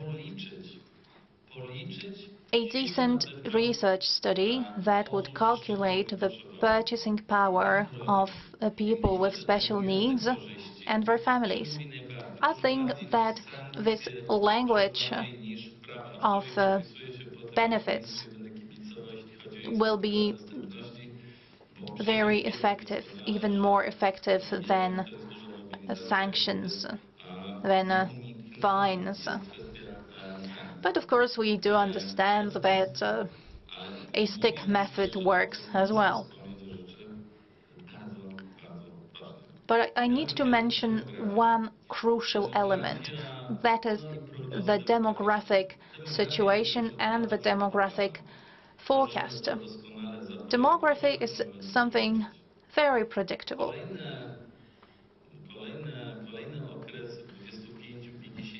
In the next periods of 20-25 years will be crucial.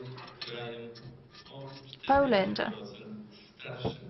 will become 40% older than what it is today. European countries are aging at a great pace. That's a trend that is irreversible. Even worse, so people of working age will become retired, and we have no replacement for them, and there will be less and less of women in the reproductive age. So our communities will shrink, and people that will stay are going to be older and older. Our generation is great at using the internet. We are not digitally excluded. As we are sitting here, I would say that very soon we will find ourselves being in the pre-retirement age, and we will be using the e-commerce market. And this accessibility will be also for us. So we are talking about creating something for the public of today's event, for us. The market for people with disabilities is not the only target of the accessibility approach. That's basically our future. If today the business sector does not treat this issue seriously, it will lose a lot of profit. And then it will lose customers. The customers of the future who will become senior citizens.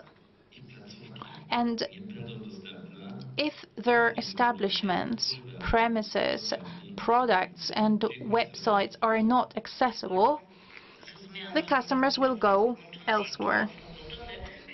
I understood that my microphone is off when the other mics are on. Let me continue in this vein. Dear Krzysztof, you mentioned the demographic trends and the results of those trends. It will translate into customer behavior. So I would like to ask Maciej, who is an expert on consumer behavior in the financial market. So what is your forecast for the future diversity of the customer group? The accessibility market is a gigantic one. It's quite difficult to value it. If you treat it as a market for people with disabilities, this is something that can be calculated. If per year we buy mostly offline, but also online for over 1 billion Polish zloty, if we accept that 15% of consumers have a disability, if we assume that a big part of people is excluded from the market, I'm also a person with a disability because I'm deaf to one of my ears, but it doesn't exclude me from the market. But we are talking about 100 billion zloty. And this market is not addressed. That's one level. But the accessibility market can be understood more broadly. Like my colleague said, all people who are of certain age, all people with limited abilities, mental abilities, intellectual abilities, that those people do not have to be disabled. But imagine there are many young people who do not use financial services because they don't understand it, meaning that these services are not accessible. I know an elderly person who used the online banking a few years ago, but right now this person doesn't use it anymore because access became much more complicated. There is more and more technology, and more people are excluded because they don't know how to use those services. So for me, the accessibility market can be understood broadly. Something that concerns or will concern most of us. I'm 50, and some of the services are too complicated tech-wise for me to use. That's a very important topic. What should be the approach of the business sector? What should be the take of the government on it? The act of law that we are discussing today, and believe me, I have seen many other acts of law, especially in the financial market. I don't believe that as of the next year, all of the financial services will become accessible. I believe that the most important role of this act of law is to make the consumers aware that they have the right to accessibility, that they can put pressure on the service providers and on the producers. And even if a part of the business world is not within the remit of this act, nevertheless, this will create some pressure and push. On my blog, I have this campaign for accessible finance. We try to create some platform for conversation between people with disabilities and the finance specialists. Finance specialists say that very few people use their services. Then people, on the other hand, people with disabilities say that the world of finance is not accessible to them.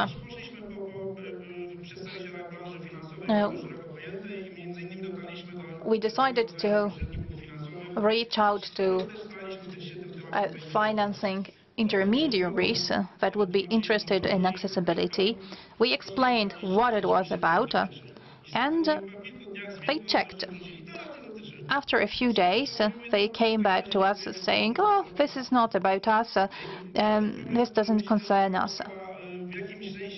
And I hope that this new act of law will solve this particular issue of people not being interested and within the remit. Consumers will be empowered to exercise accessibility, and I think there will be less and less people who will be just very happy about not having to apply the accessibility regulation. So maybe with the changing context and with the changing atmosphere, they will understand that it's in their best interest. And I would like to move on to Ms. Professor and her team. And so, from my perspective, accessibility is a key element of security. I believe that we are talking here also about the security of enterprises, but also about the protection of rights. And then, when it comes to legal services, I can see another very important stakeholder, that is the surveillance authorities. I have never heard a legal perspective or legal services representative perspective. So how can the legal market get prepared? Ladies and gentlemen, that's a very complex question. It can be answered on 3 different levels, and the common denominator is a lawyer as a professional. So we have a lawyer-enterprise relationship, a lawyer-customer, and a lawyer-surveillance authority relationship. The Polish Accessibility Act creates 3 different potential spheres and relationships. So what brings these 3 levels together is a consumer, but a new definition of a consumer. So a consumer with special needs. I think that for the first time ever, This is a definition of a consumer. So this act of law defines a consumer differently than other regulations that we know, for example, from the Civil Code. I would say that this new definition really changes the role of a legal expert. The knowledge of legal acts, and this is this new Act on Accessibility references many other legal acts. So the understanding of the legal domain is key, and it's quite complex. Then, as legal professionals, we will have to remember about the plain language, especially when we try to explain the essence of legal acts and instruments to our customers. Then, the cooperation between an enterprise and a legal specialist will change. We hope that accessibility will be important for business. On the other hand, businesses will want to have a checklist of key requirements and responsibilities that they can tick and have ready in case of auditing. And then even more interesting relationship between a lawyer and some kind of an auditing authority. A lawyer must understand what will be checked and how a given responsibility must be executed, and what is the possible sanction for non-fulfillment. And this creates a complex context. Specialized knowledge based on deep understanding, on decoding of the Polish Accessibility Act, but also of other related acts of law. So it will be essential to understand the whole remit of accessibility-related provisions. That's a basic condition if we want to design the solutions in advance, in a, let's say, preventive way, when we want to address accessibility. Every entity, consumer, entrepreneur, and surveillance authority might need legal assistance at a totally different level. Right now we are talking about implementation, so that's why we can see here entrepreneurs and surveillance authorities. And then the consumers will need assistance when it comes to lodging a complaint. A question to Karolina Pyrka. On a matter that might be considered a test, to what degree we're open to adopt universal design. Karolina is behind the success of mObywatel app. But Karolina also said this particular success, well, had seen plenty of challenges on the road. But I would like to dig deeper into your experiences, and I would like to ask you, Karolina, about the guiding principles that one should have if one is to design for such a broad spectrum group of recipients that would be the whole population of Poland. Thank you for this question. Right, I can agree. This is indeed an immense challenge to be able to design for all the citizens. At the center of IT, we not only plan for M-Obywatel app, but also other services.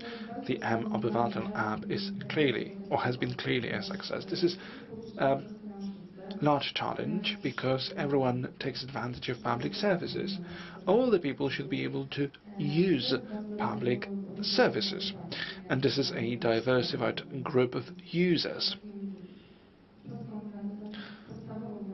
And let me call a very fundamental fact: if we are to design such products well, in the first place, we need to get the full recognition of the needs of our customers.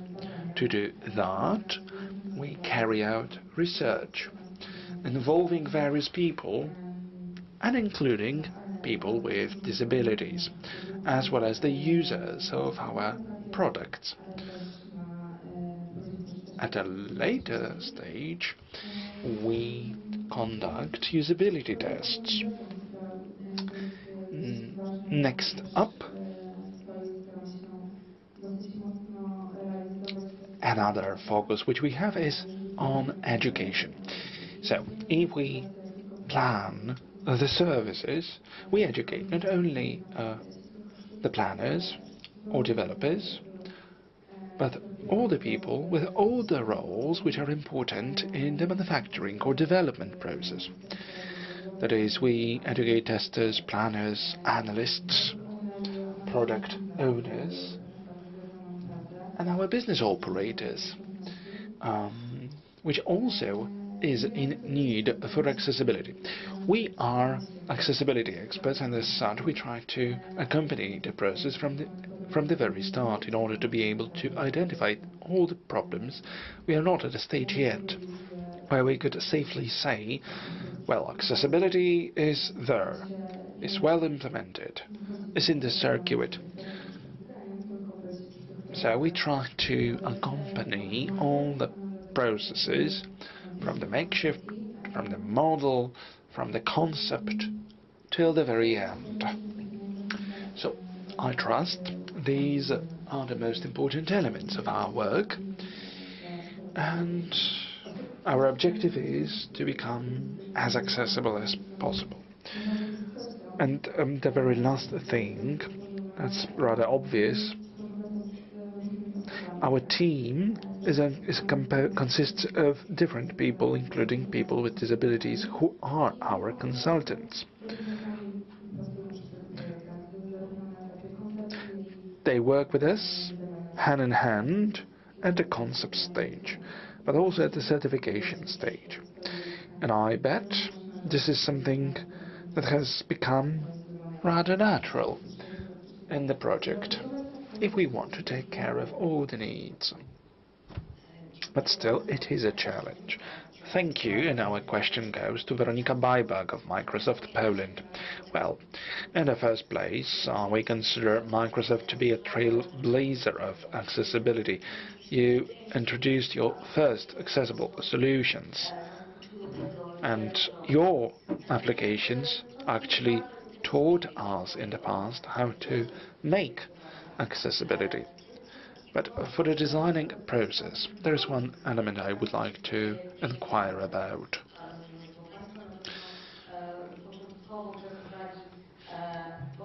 In the beginning, you must have worked with designers with disabilities, or designers with special needs, or you based your actions upon the feedback from the clients. Can you share this experience with us? Very much so. As indeed, working for Microsoft is rather amazing, as it enriches you a lot, because you learn a lot about accessibility and how important it is. I don't have my own experience with a disability, and my family, my children, don't have disabilities, but I've got 3 children, and that means there are times in which I'd rather have an additional hand, because 2 are not enough. The Microsoft made me aware of the fact that it is not enough to learn about accessibility. What is enough, though, is to experience accessibility. You need to experience what kind of problems there are to get a grasp of the fact that our products are far from perfect. And that's how we got to universal design.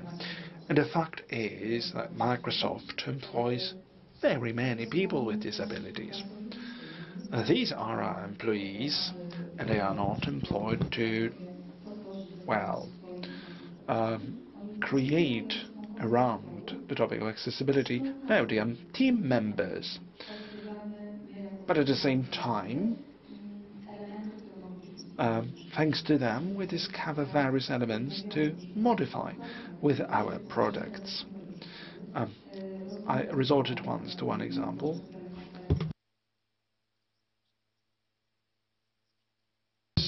Blurry background during an online meeting is something that we put out thanks to a colleague of ours who still works with us, and she couldn't really read the lips movement as people were saying, and she could not tell what they were saying. And then came the safety teams. There came the tests, and there came all the consumers that now use this tool just to be able to clean their room as the meeting goes. There is a number of similar examples. It really pays off to invest in accessibility. It is 3 years ago that I entered my path towards accessibility, and I had coincided at my experiences at conferences where I went vocal about the fact that we earn money on that. If Microsoft does something, that it means that we earn money on that. Well, it was well met with some level of surprise, but it is indeed profitable. We are not an NGO. We've got our profits, and there are business needs, and business changes the realities of people living in Poland. We've calculated that. I couldn't really open the file, but we've got our calculations for the global market, and we know what kind of profits are generated for our company by the products that were germinated as accessible products, but now they have become basic products sold globally.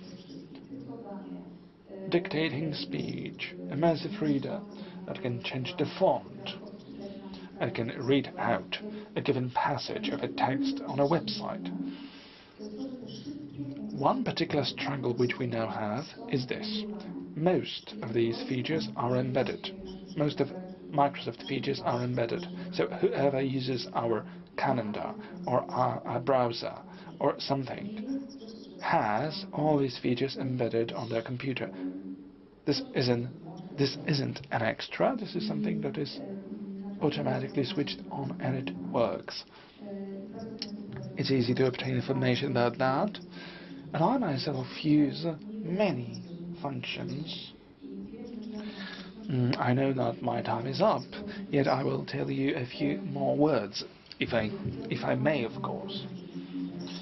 I now returned from the third maternity leave, a year and a half. I was out.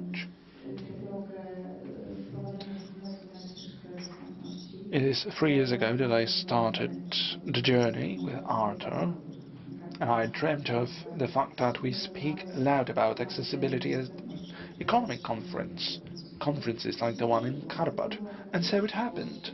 We thought back then it would be really far-fetched, whereas it is no longer like that now. It's become a commonplace. Things that were shocking once are no longer shocking these days, and have become a part of mainstream. The regulations are complicated, and I must tell you this. Throughout my maternity leave, another phenomenon came up. AI. And AI does a lot of good to accessibility, to the topic of accessibility. And this will be what will AI do for accessibility should be a Copernican revolution. We've got now a report released, prepared together with Ernst & Young, on AI and accessibility. It's in English, but can easily be translated into Polish. Copilot can translate it very fast and very cheap, or free of charge. And this is research that was conducted on some markets. The outcome? Well, the change will be positive, but regulations complicate the matter to a great degree. Have one product, Microsoft Teams, or some product by Google,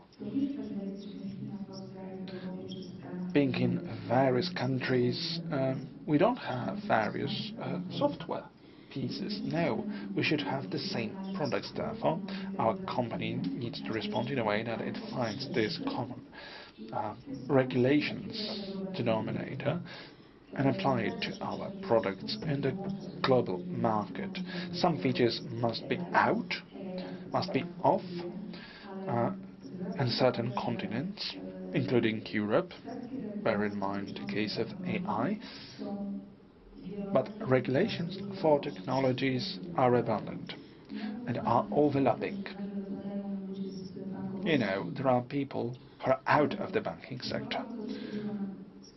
Well, technology is becoming more and more user-friendly.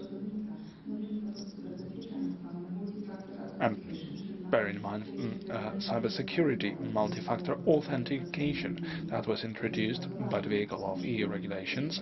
It's very important because thanks to this mechanism we are safer. But at the same time, what does it do? It does the following. There's a few steps that you have to go through if you want to enter into your app, right? So one sole act never works in vain, and neither does business. As a big multinational, we've got the resources in place to handle. We don't complain about the regulations. We adapt. And we want our products to be useful for the users. Especially given the fact that our products are regulations compliant. If you use our immersive reader, then you will take advantage of that accessibility-wise, and we'll be okay with it. So I've got this feeling that part of responsibility is ours in terms of delivery of innovative solutions that are placed on the market. Thank you. Indeed, Veronika said or communicated our time is up. I've got a bunch of questions that I could possibly ask, but I think that these questions can also be raised during the coffee break behind the scenes. To wrap up,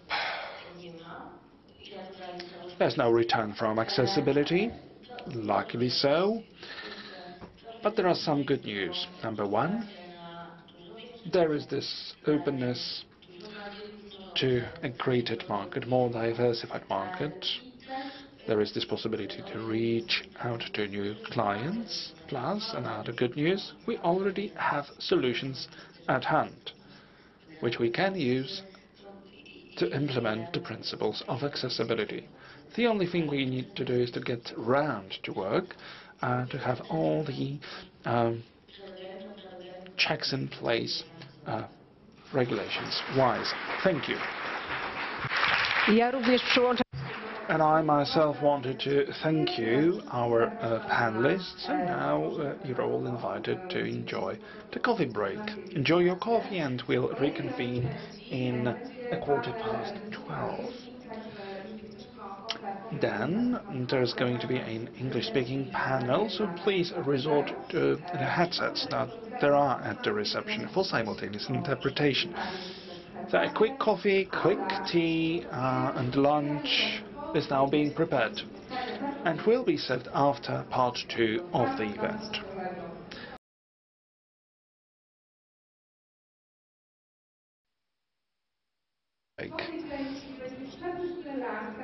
There are chairs waiting for you. There's going to be a delicious lunch afterwards, so make some space for that as well. Please come in, because our guests are waiting. And there are going to be 3 very inspiring panels with business representatives. They are going to share their experiences as well as good practices. And to start off, combination of the real world, the ministry, with the virtual world. And in the real world, our woman is Natalia Shidor, who's going to join in virtually. In the virtual world, Sonia Przybył. Good morning. Głos i życzę powodzenia. I zapraszam wszystkich z tej kawy, chodźcie. Please join us here. The coffee break is over and we are starting another session.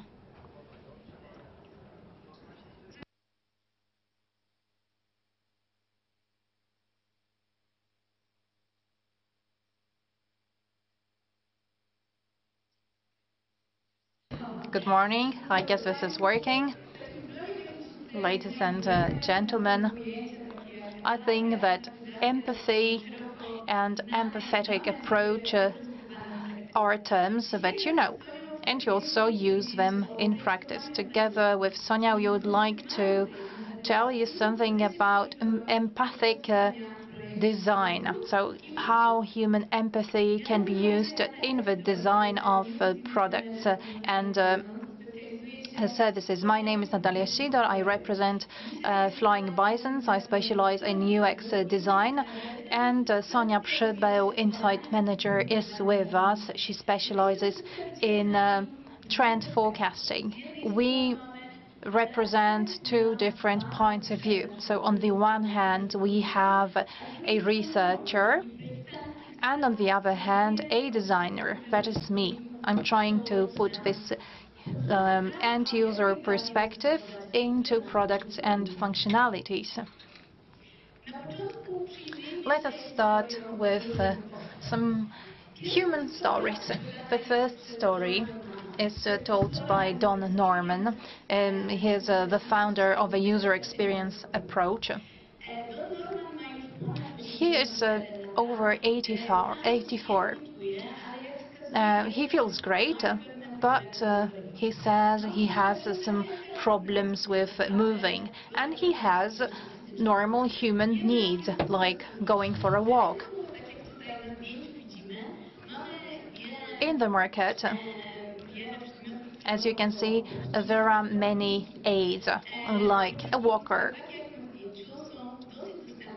This is something quite accessible, not expensive, but they make people crunch. And just as Don Norman said, a walker also sends a signal to the rest of the able-bodied society. That is, I'm old and disabled.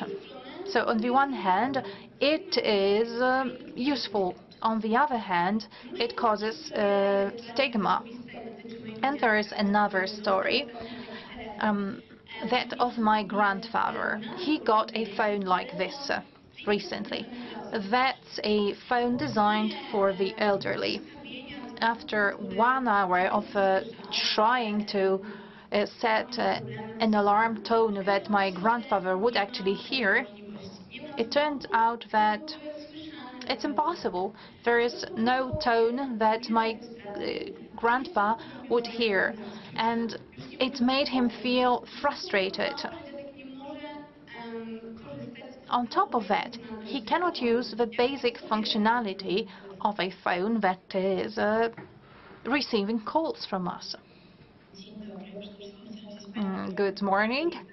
I would like to welcome all of you, and I would like to thank you for giving me this opportunity to participate online.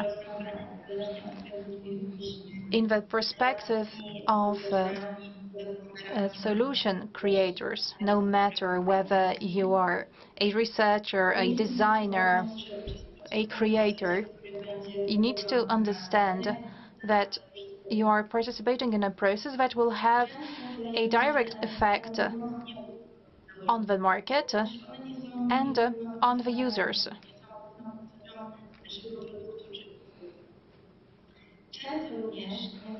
Very often, you do not realize how important those elements of your project or those functionalities are for the end users. I would like to quote two sentences that I heard during my Braille machine design process.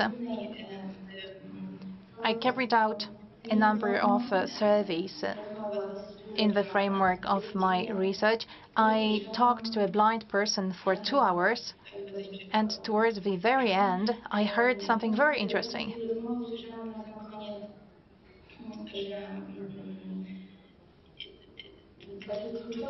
Towards the end,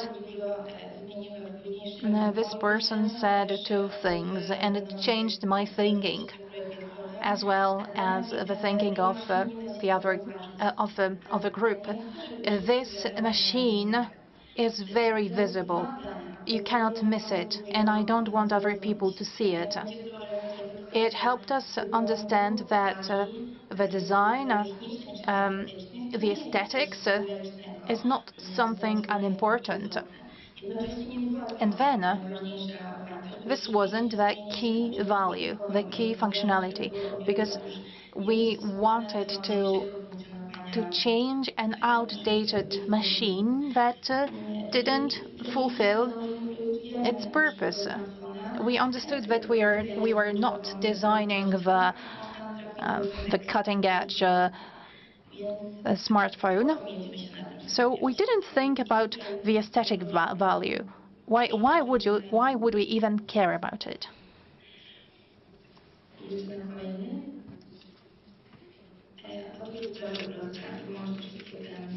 And is there something that constitutes a common denominator of those three stories? That's needs and requirements. Those needs might be very different depending on your target group of users.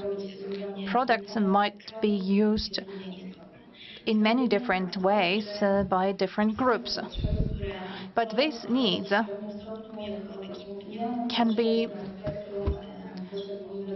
classified on the spectrum of universal needs. We as users should demand that those needs be met. So what can we do for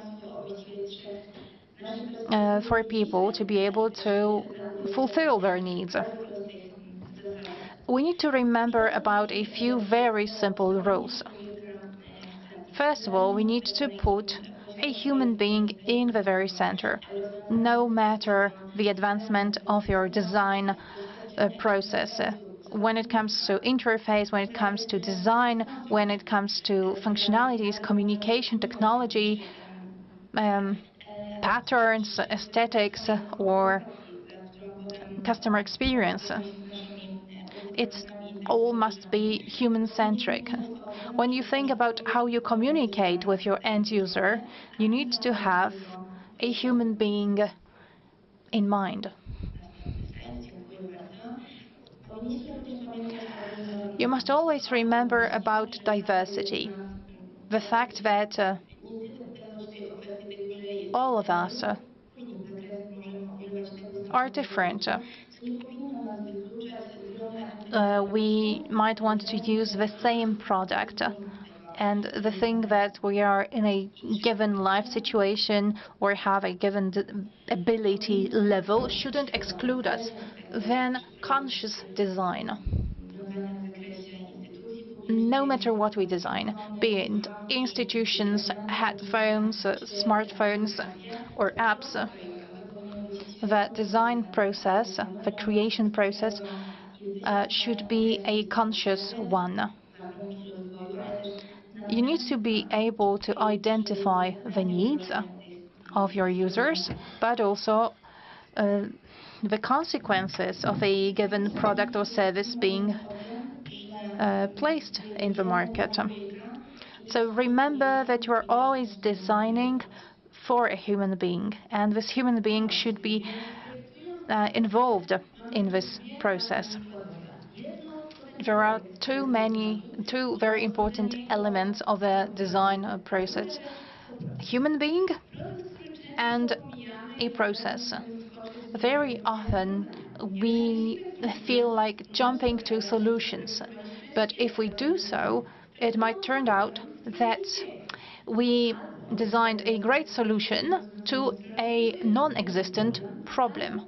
Or maybe we came up with something that solves one problem, creating another at the same time. Or just like in the story about my grandfather, a product does not fulfill the needs. We should start with communication, with a conversation with the end users. So here comes empathy. How can you do it? By carrying out interviews, including those in depth. You need to understand how the users interact with a given product or service. Then you need to define a problem. The best idea, once again, is to engage the end users. When it comes to building a prototype and generating ideas, I would say that this is the phase where it is the most challenging to engage the users, but it can be very useful if you can engage the users during the prototyping phase. It can be very, very effective. And then testing. Even if you did not engage the users during the design process, you definitely need them for testing. You need to see how the end users interact with the product. You can always resort to asking people around you. And then implementation and feedback. There is no such thing as a ready product or ready service. We must be ready to take feedback and to keep on tweaking the product, improving it. If you go through the whole process and remember about the human target group, it might appear that designing is not that difficult. For example, making an adjustable walker, or putting a seat or a bag on it. Then, talking about a phone for senior citizens. There is one very simple solution. That is settings. Just give more settings for tones, for example. It was easy for my grandpa to hear my tone, but so why wasn't it possible to set it in his phone? And then a well-designed, modern braille machine that is easy to carry. What are the benefits of an inclusive and accessible product? We broaden our target group and target market. If you do not comply with accessibility rules, if you create products that are not adjusted to the needs of your actual customers, it just limits our market. Then customer loyalty. Those customers who like our product stay with us and recommend it to their friends and family. And if they are not happy, they start looking for alternative solutions. And then better adjustment to the needs of the end users. Accessibility is a win-win situation for everybody. Products that are accessible are easier to use for everybody. Products in which you can change the volume, you can change other settings like brightness. But accessible products are just better products for everybody. and then empathetic and inclusive image of a brand. We have heard those terms today. This might be sad for many of you, but at the end of the day, if you discuss business, it must be profitable. Creating solutions that are accessible and based on the empathetic process makes it possible to create life-changing products, but at the same time they make it possible to build a brand image that is based on real applications that have a real effect on people's lives. Then supporting innovation. I believe that every organization wants to be innovative and create innovative processes. So why shouldn't we create environments that enable and foster collaboration and participation? And we need to remember that the area of tension is the area where we get creative. So if there is a tension between different needs and different social groups, this is really the space of creativity. And then building of interdisciplinary teams, and last but not least, conscious design processes. I think that moving step by step consciously for a product design is key, but you need to also consider what's going to happen with this product at the end of its life. What might be a possible impact of the product that you are designing. Try to have in mind perspectives of different users. So I believe that consciousness is key. In conclusion, accessible, inclusive products are just better products for everybody, and they also mean better results for business. So we do encourage you to approach accessibility not only from the business point of view, but also from the human, empathetic point of view. Thank you very much.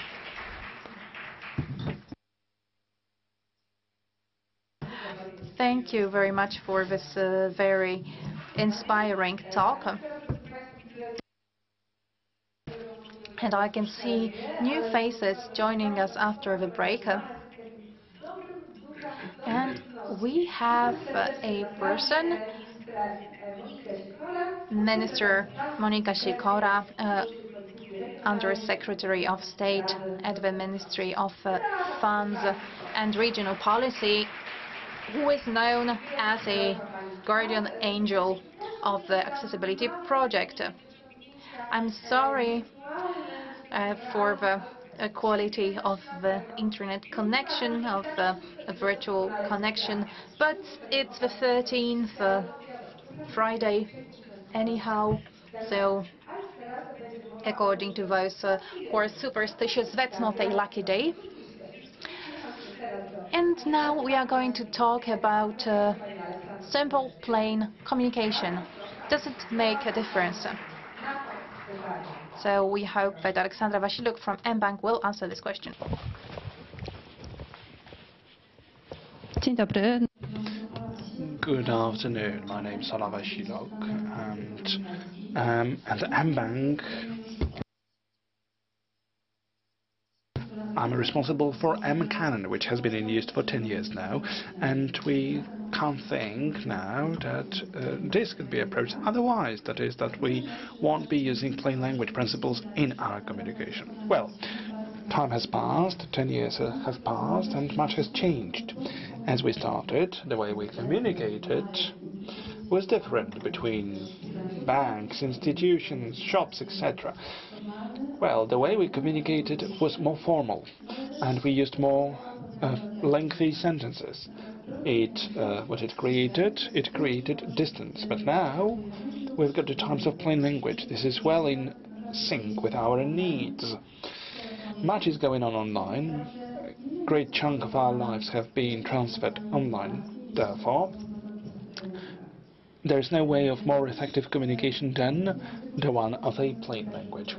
Plain language, well, associations, plain language means something simple, or too simple, or oversimplistic.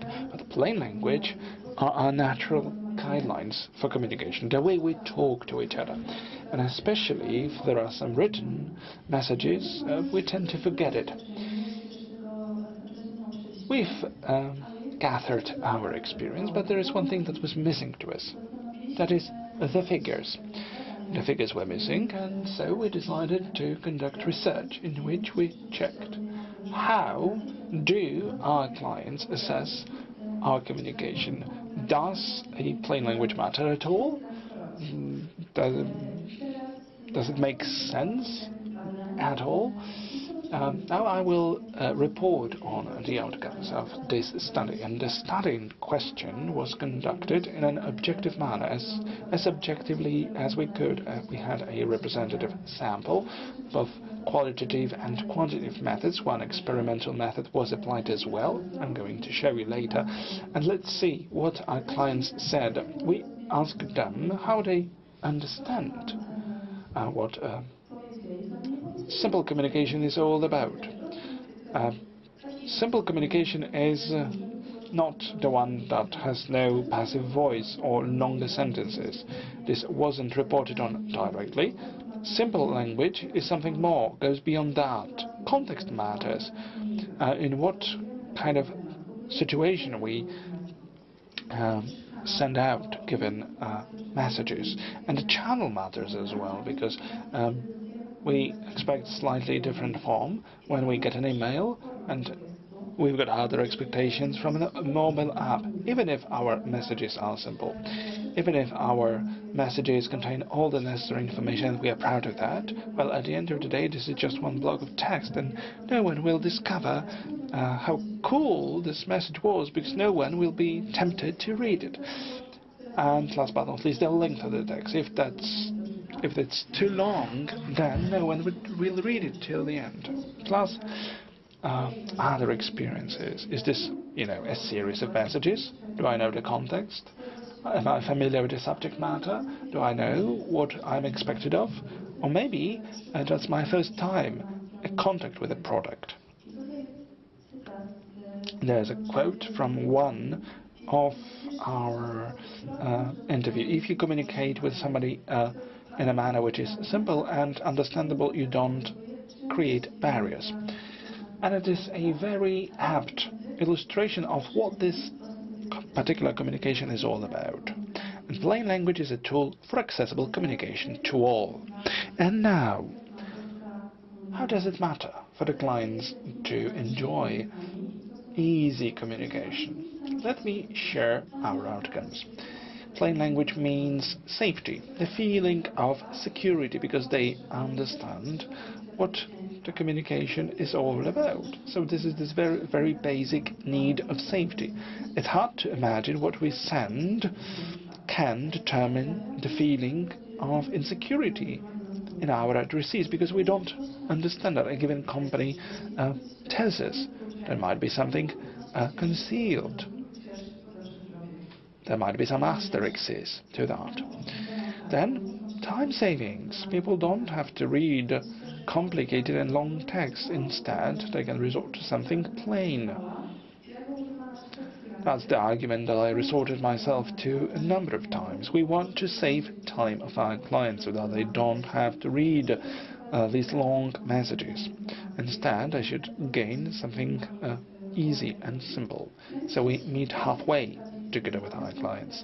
And our third conclusion, plain language makes our clients take their decisions in a swifter manner. Understandable, is it not? But at times hard to achieve. And then we decided that we'll double check that. We just wanted to have, well, a snapshot of live reactions of our clients. So we decided to split our sample of clients into two groups.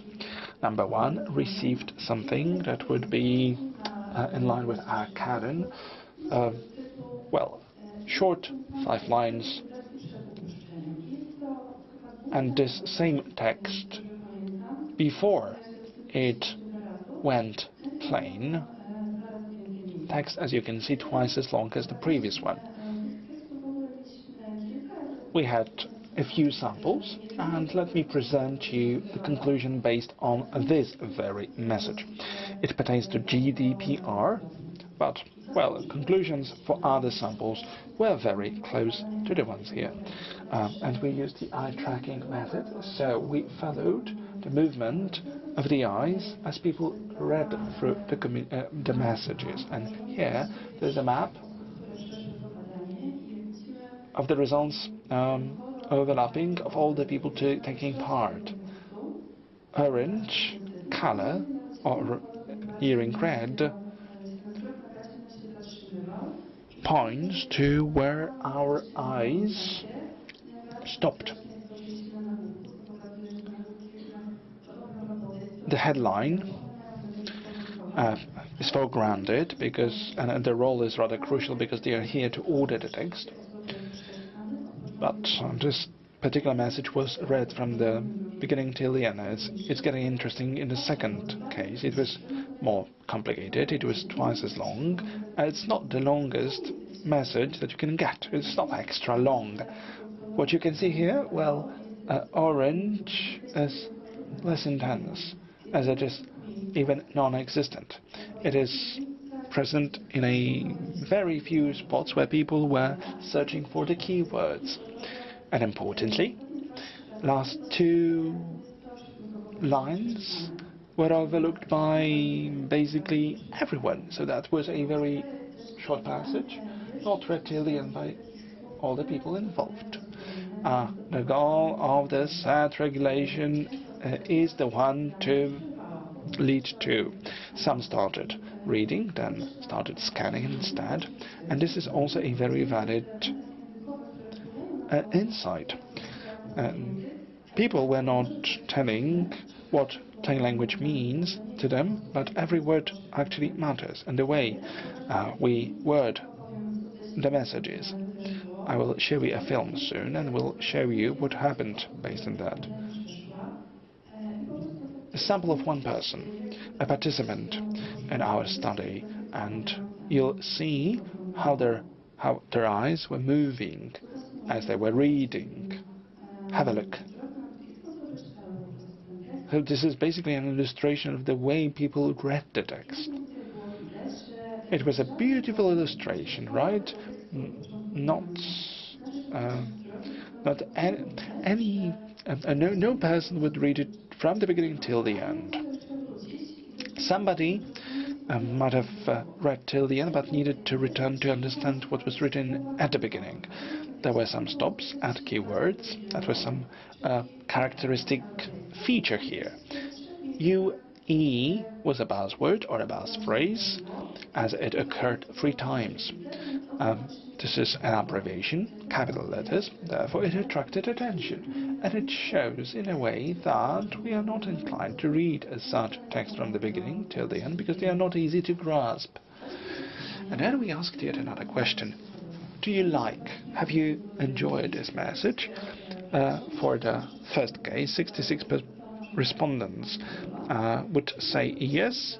With a more difficult one, only 42%. 66% is not super a great number, right? Well, true, but people also said that, well, should I like it? This is a message from a bank. I'm to get it. I'm to understand it. After reading one, and I won't be somewhere over the moon having read a message from the bank which is clear and effective. But once it's been difficult, then we notice it ultimately.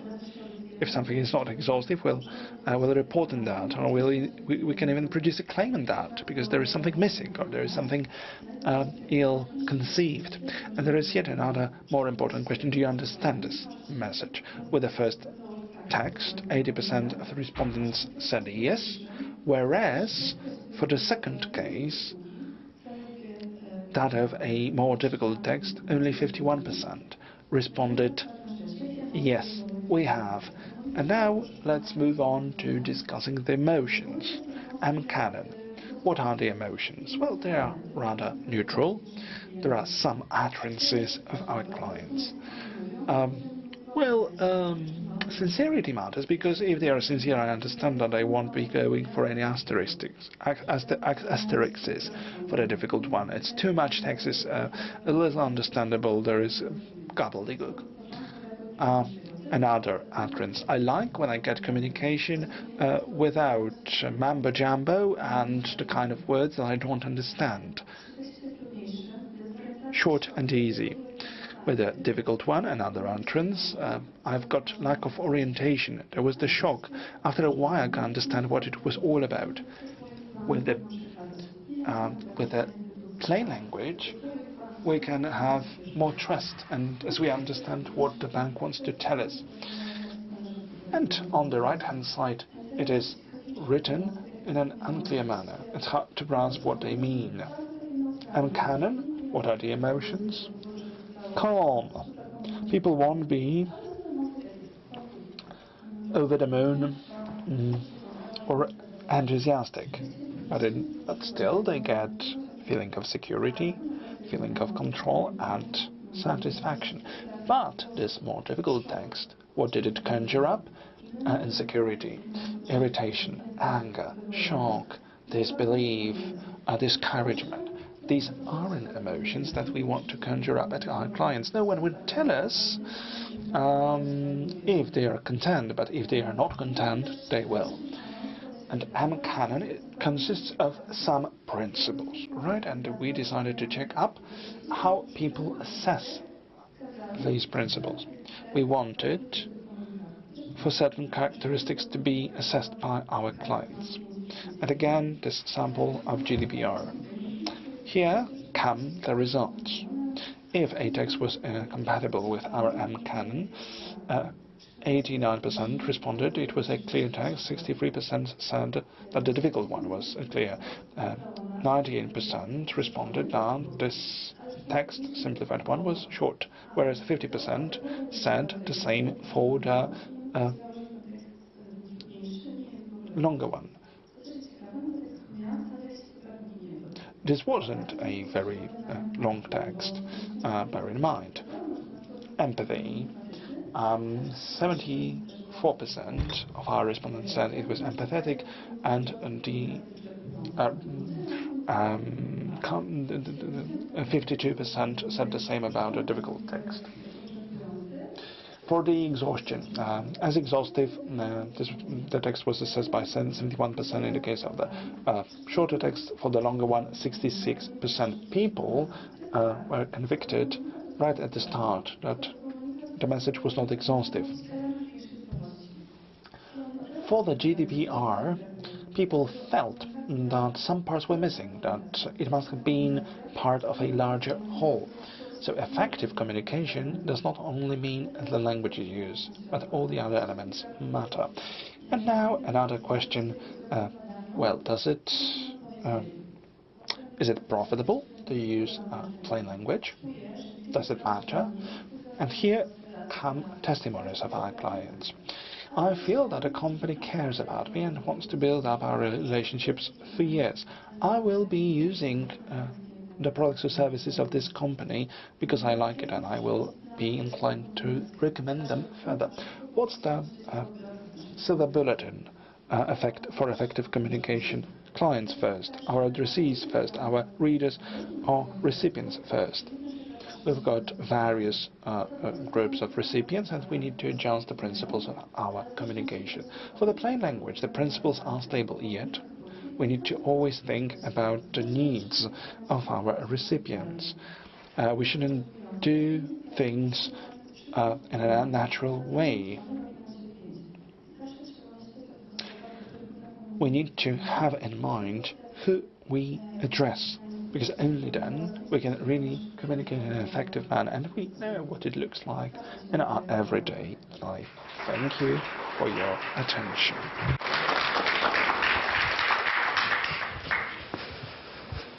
Pani Olu, bardzo dziękujemy. Alexandra, thank you very much for this handful of important information. I am not myself a client of mBank as of yet, but, well, many of us have signed a credit contract.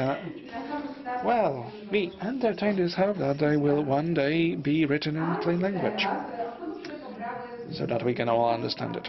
Now, people who have received simultaneous interpretation headsets, please wear them, put them on, because we'll hear from our guest from the Netherlands, Ronnie Hendricks, Head of Accessibility at Nomensa. The company specializes in ensuring digital accessibility.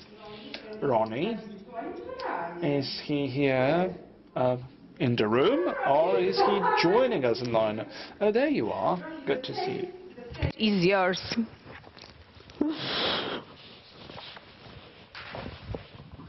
Thank you. Hi, everyone. There's the button. I'm going to grab this one. I should have put the text higher up, you see. Hope it's readable for everyone. Hi, my name is Ronnie Hendricks. I'm the Head of Accessibility at Nomensa. You might think Nomensa is a UK-based UX organization. We're also part co-writers of the Web Content Accessibility Guidelines, which is a thing most of you will be familiar with.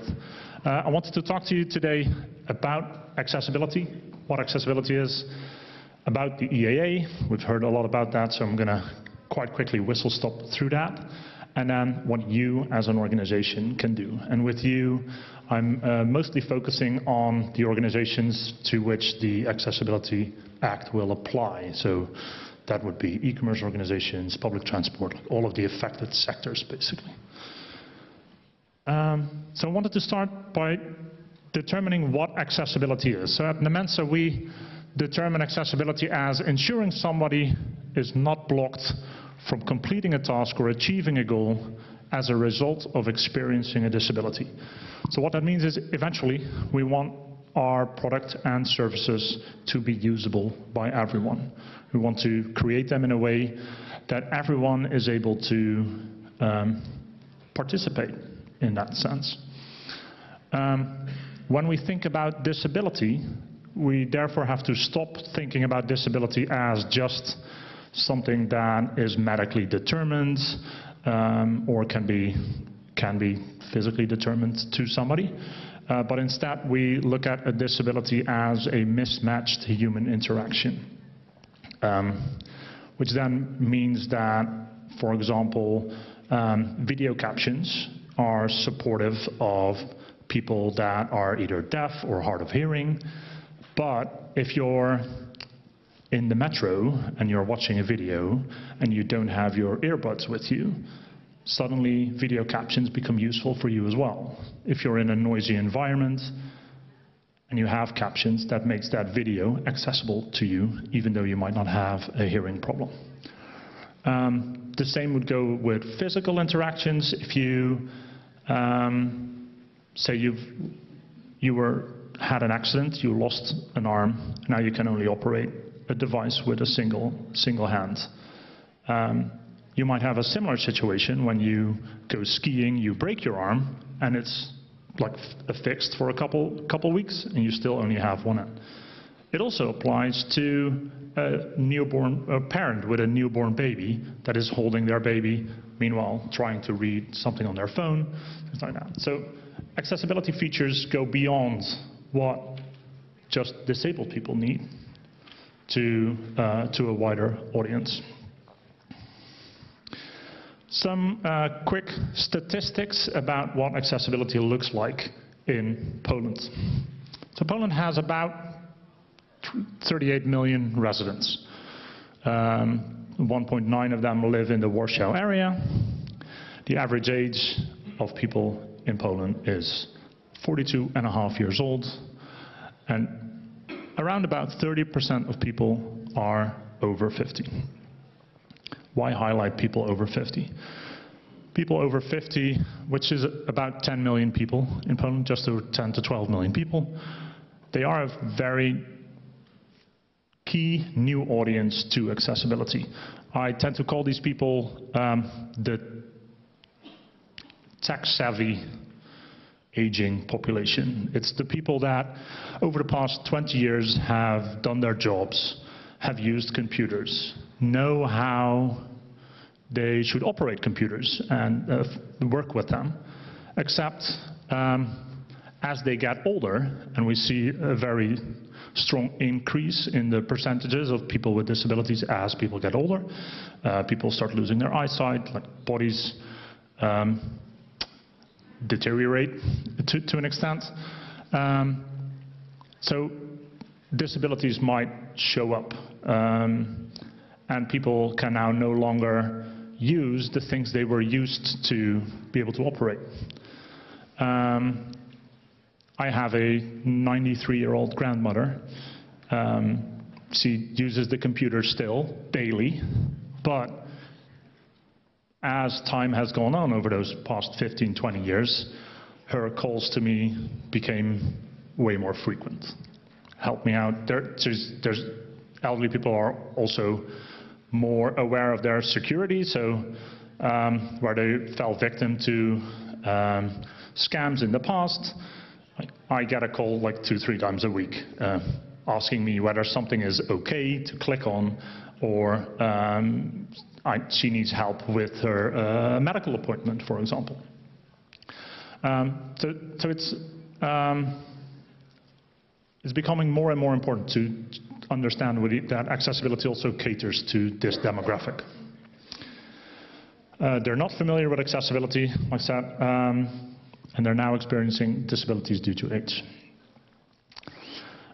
When we look at more disability statistics, we're talking about 1 in 3 to 1 in 4 people when we look at the European Union. As I said, it rises with age. 45%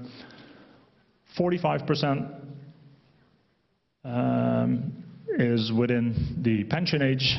I don't know why there's still 1.4 million. That's not from my Poland statistics.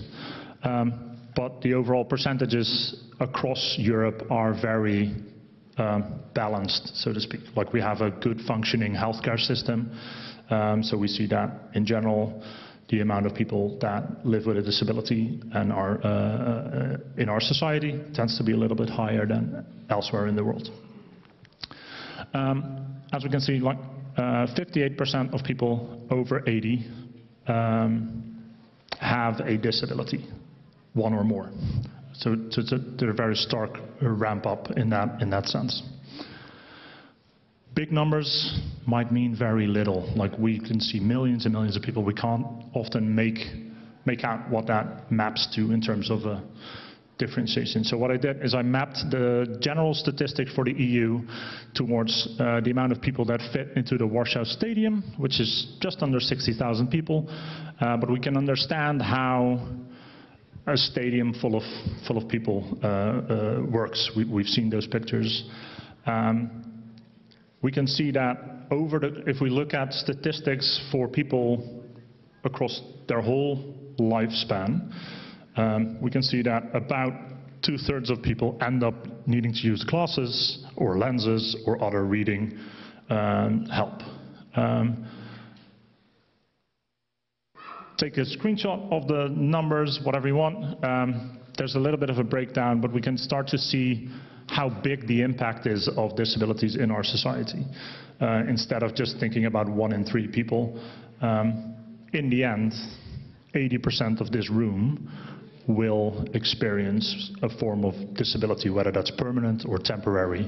Like, we'll all have to deal with this at some point in our lives. Statistics aside, accessibility is all about people, and we mustn't ever forget that.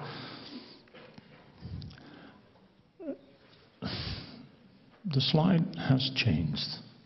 Anyways, it's not really accessible now.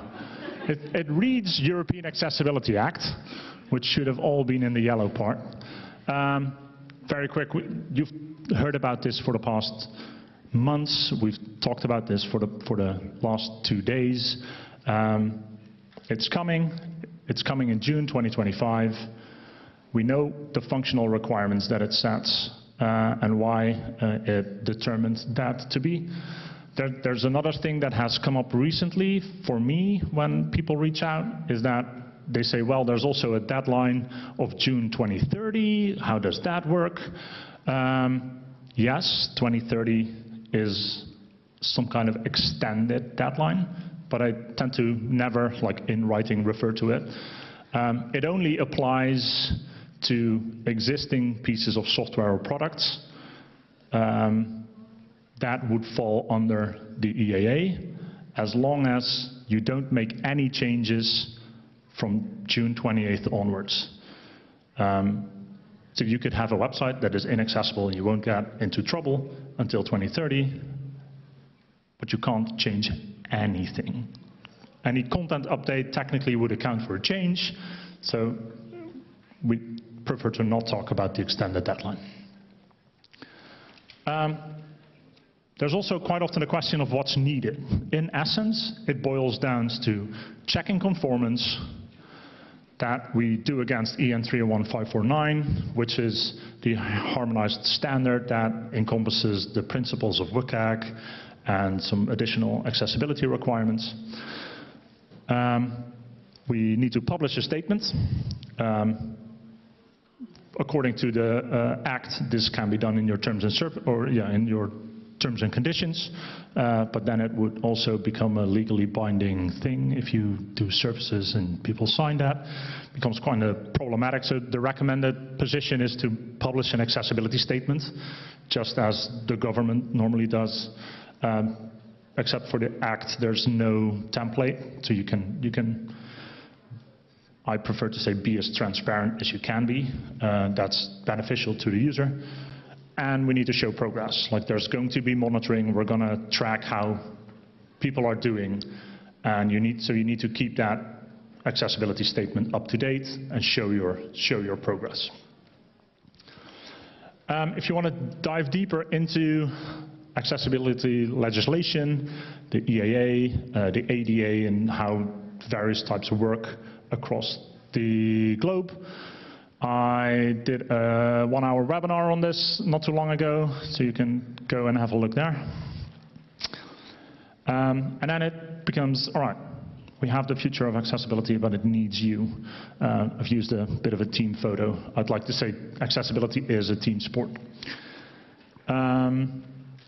In every stage of your accessibility journey, doesn't matter your role, your position in a company, everyone can play their parts to make accessibility happen. And that's a thing you need to dive into, a thing you need to research. All right, how can our, not just our developers and designers think about accessibility, but how can HR think about accessibility? How can procurement think about accessibility? If you build products and services, like what do program manager and project managers need to do? They all can play a role.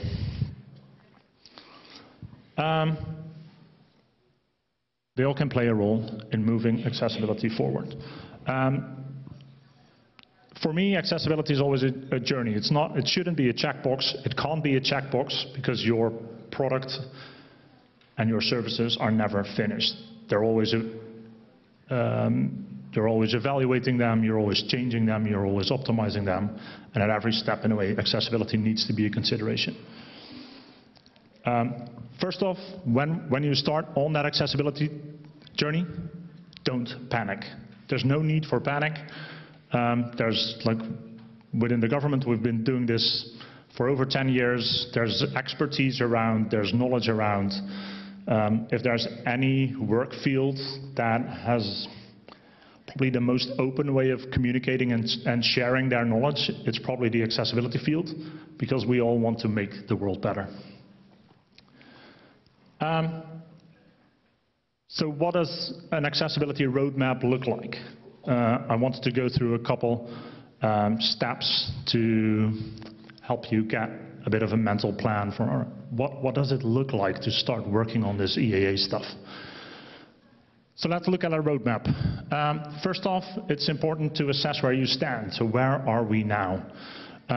There's a great tool for that called the Accessibility Maturity Model. It's being developed by the W3C, the same organization that publishes the Web Content Accessibility Guidelines. And it forms your roadmap. The end result of going through that process is like a nice big matrix where there's lanes and you can actively track your progress and map out steps. Again, if you want to know how to do that, there's a webinar for that that I've done that goes through that process in more steps. But it's fairly essential that you do this because that's the only way you're going to get visibility about the things that need doing, not only up until like June of next year, but also the years after that. Planning is essential. Second is raising awareness. If we go to look at like an architect goes through their education, they get taught what they need to do exactly. Like they know how tall a door needs to be, they know how wide the door needs to be, they know how ramps work and at what angle they need to be.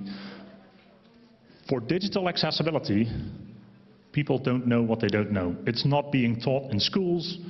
It's slowly getting some traction in higher education, but there's so many people out there that I've even spoken today to people within our organizations that were unfamiliar with accessibility like 4, 5, 6 months ago.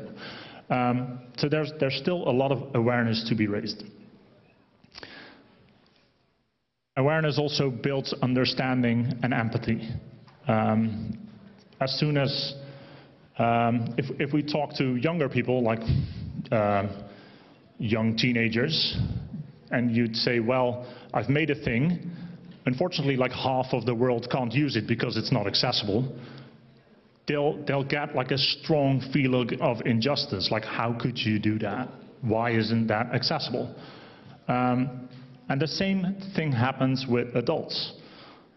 Making people understand and showing people that there's people struggling with a thing they've built and a thing they've created, they hold value to the thing they made and created. And somebody else not being able to use that or go through that purchase or complete that journey pains them, and they will want to do better. Audit your platforms. It's a bit of a mood step. It's part of my daily work. Assessing somebody's homework is never fun, because generally it's not built that well, but it's an important step. Not to show you how good or bad it is, but it provides data points for you to action. It's essential to understand where people with a disability are running into barriers. You can't just start and try to make things better. Essential in that is 2 phases, so an expert assessment or an accessibility audit. The second part is conducting usability research with disabled people. I can't stress enough how insightful that is, and because an accessibility audit is like a factual check, basically looking, all right, this is well done, this is wrong, this is well done, this is wrong. The usability research will actually show you the experience people have and the differences and nuances that brings along with it. Plan remediation actions. Not every issue is the same, so once you've got an audit done, start prioritizing them, start looking into them. Where can we make quick wins that have good impact? And then for some of them, it might require longer planning. If it's a very interweaved color contrast problem, it might actually take years to solve that, because you need to work to potentially a complete rebranding that you can't just do on a whim. So map those issues out in your roadmap and see, all right, when are we going to tackle this? And that helps keep the process going. It also helps you with the documentation that's required. Educate along the way. If I've learned anything, is that training gives the biggest return on investment when it comes to accessibility. Because it starts teaching people, and it's fundamental in that awareness. It starts a process in people's minds. All right, so now I've learned how to fix this. Maybe I can do a little bit of extra research and fix B as well. And so it's a self-perpetuating mechanism, basically. And it's really important. But it's also important to continuously provide that training, because your organization will get new hires that need to be onboarded. They need to be told what accessibility is and how they can participate as well. Documenting your journey is one of the last steps. Again, we have that accessibility statement. It needs to be kept up to date. The same goes for your maturity matrix. To be able to track progress and grow into new phases, you need to document that. And that's basically the steps that it needs. No i to właśnie było podsumowaniem tych kroków, które są konieczne do podjęcia w organizacji, żeby pracować na rzecz dostępności. I oczywiście musi to następować w obiegu zamkniętym, takiej zamkniętej pętli. Trzeba to powtarzać. Tak samo jeżeli chodzi o audyty bezpieczeństwa i inne. To jest proces, który musi trwać i który musi się zamykać w pewnych cyklach. Teraz zakończę cytując Gandhiego. Bądź zmianą, którą chcesz zobaczyć na świecie. My z przyjemnością będziemy waszymi przewodnikami w tym procesie. Ron Hendricks. Jestem bardzo aktywny na LinkedInie, więc jest to jedna ścieżka dostępu do mnie. Będę tutaj też z Państwem do końca konferencji. Gdybyście chcieli zadać jakieś pytanie a propos tego, jak można zacząć, no to zachęcam do kontaktu. Bardzo dziękuję.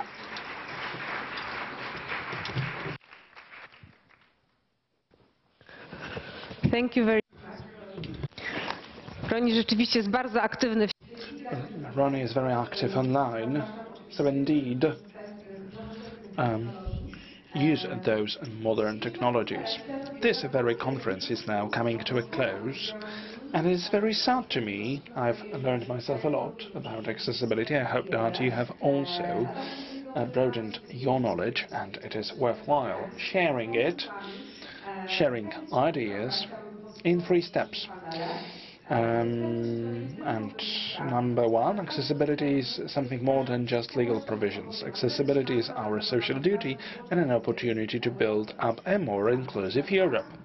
For this very act in Poland to operate smoothly, we know that the basis is at collaboration between public entities, between business and between NGOs as well as science.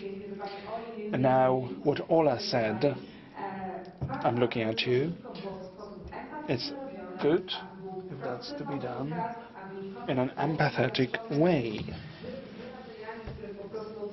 Not to disturb anyone with any phrases that people were using well. So this understanding of the needs that we need to implement are very important. Accessibility should be an everyday. It should be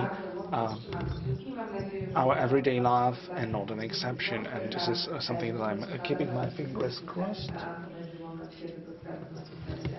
And it is important for the accessibility to be not an exception but a rule. We've got the smell of food circulating in the room, so I hope that you will enjoy the lunch. But before that, please let me give you a quick reminder. Those of you who have the headsets for the simultaneous interpretation, please return them before the lunch to the reception. Please return the headsets to the reception before the lunch. And many thanks to all our guests here in the room, in the ministry, and the ones joining us online. Many thanks to all the speakers who have shared their knowledge and experience. And I enjoyed the fact that this all happened in a very light and friendly atmosphere. I wish you all the best beautiful Christmas, and should you have any questions or concerns, then there will be plenty of space to talk them through.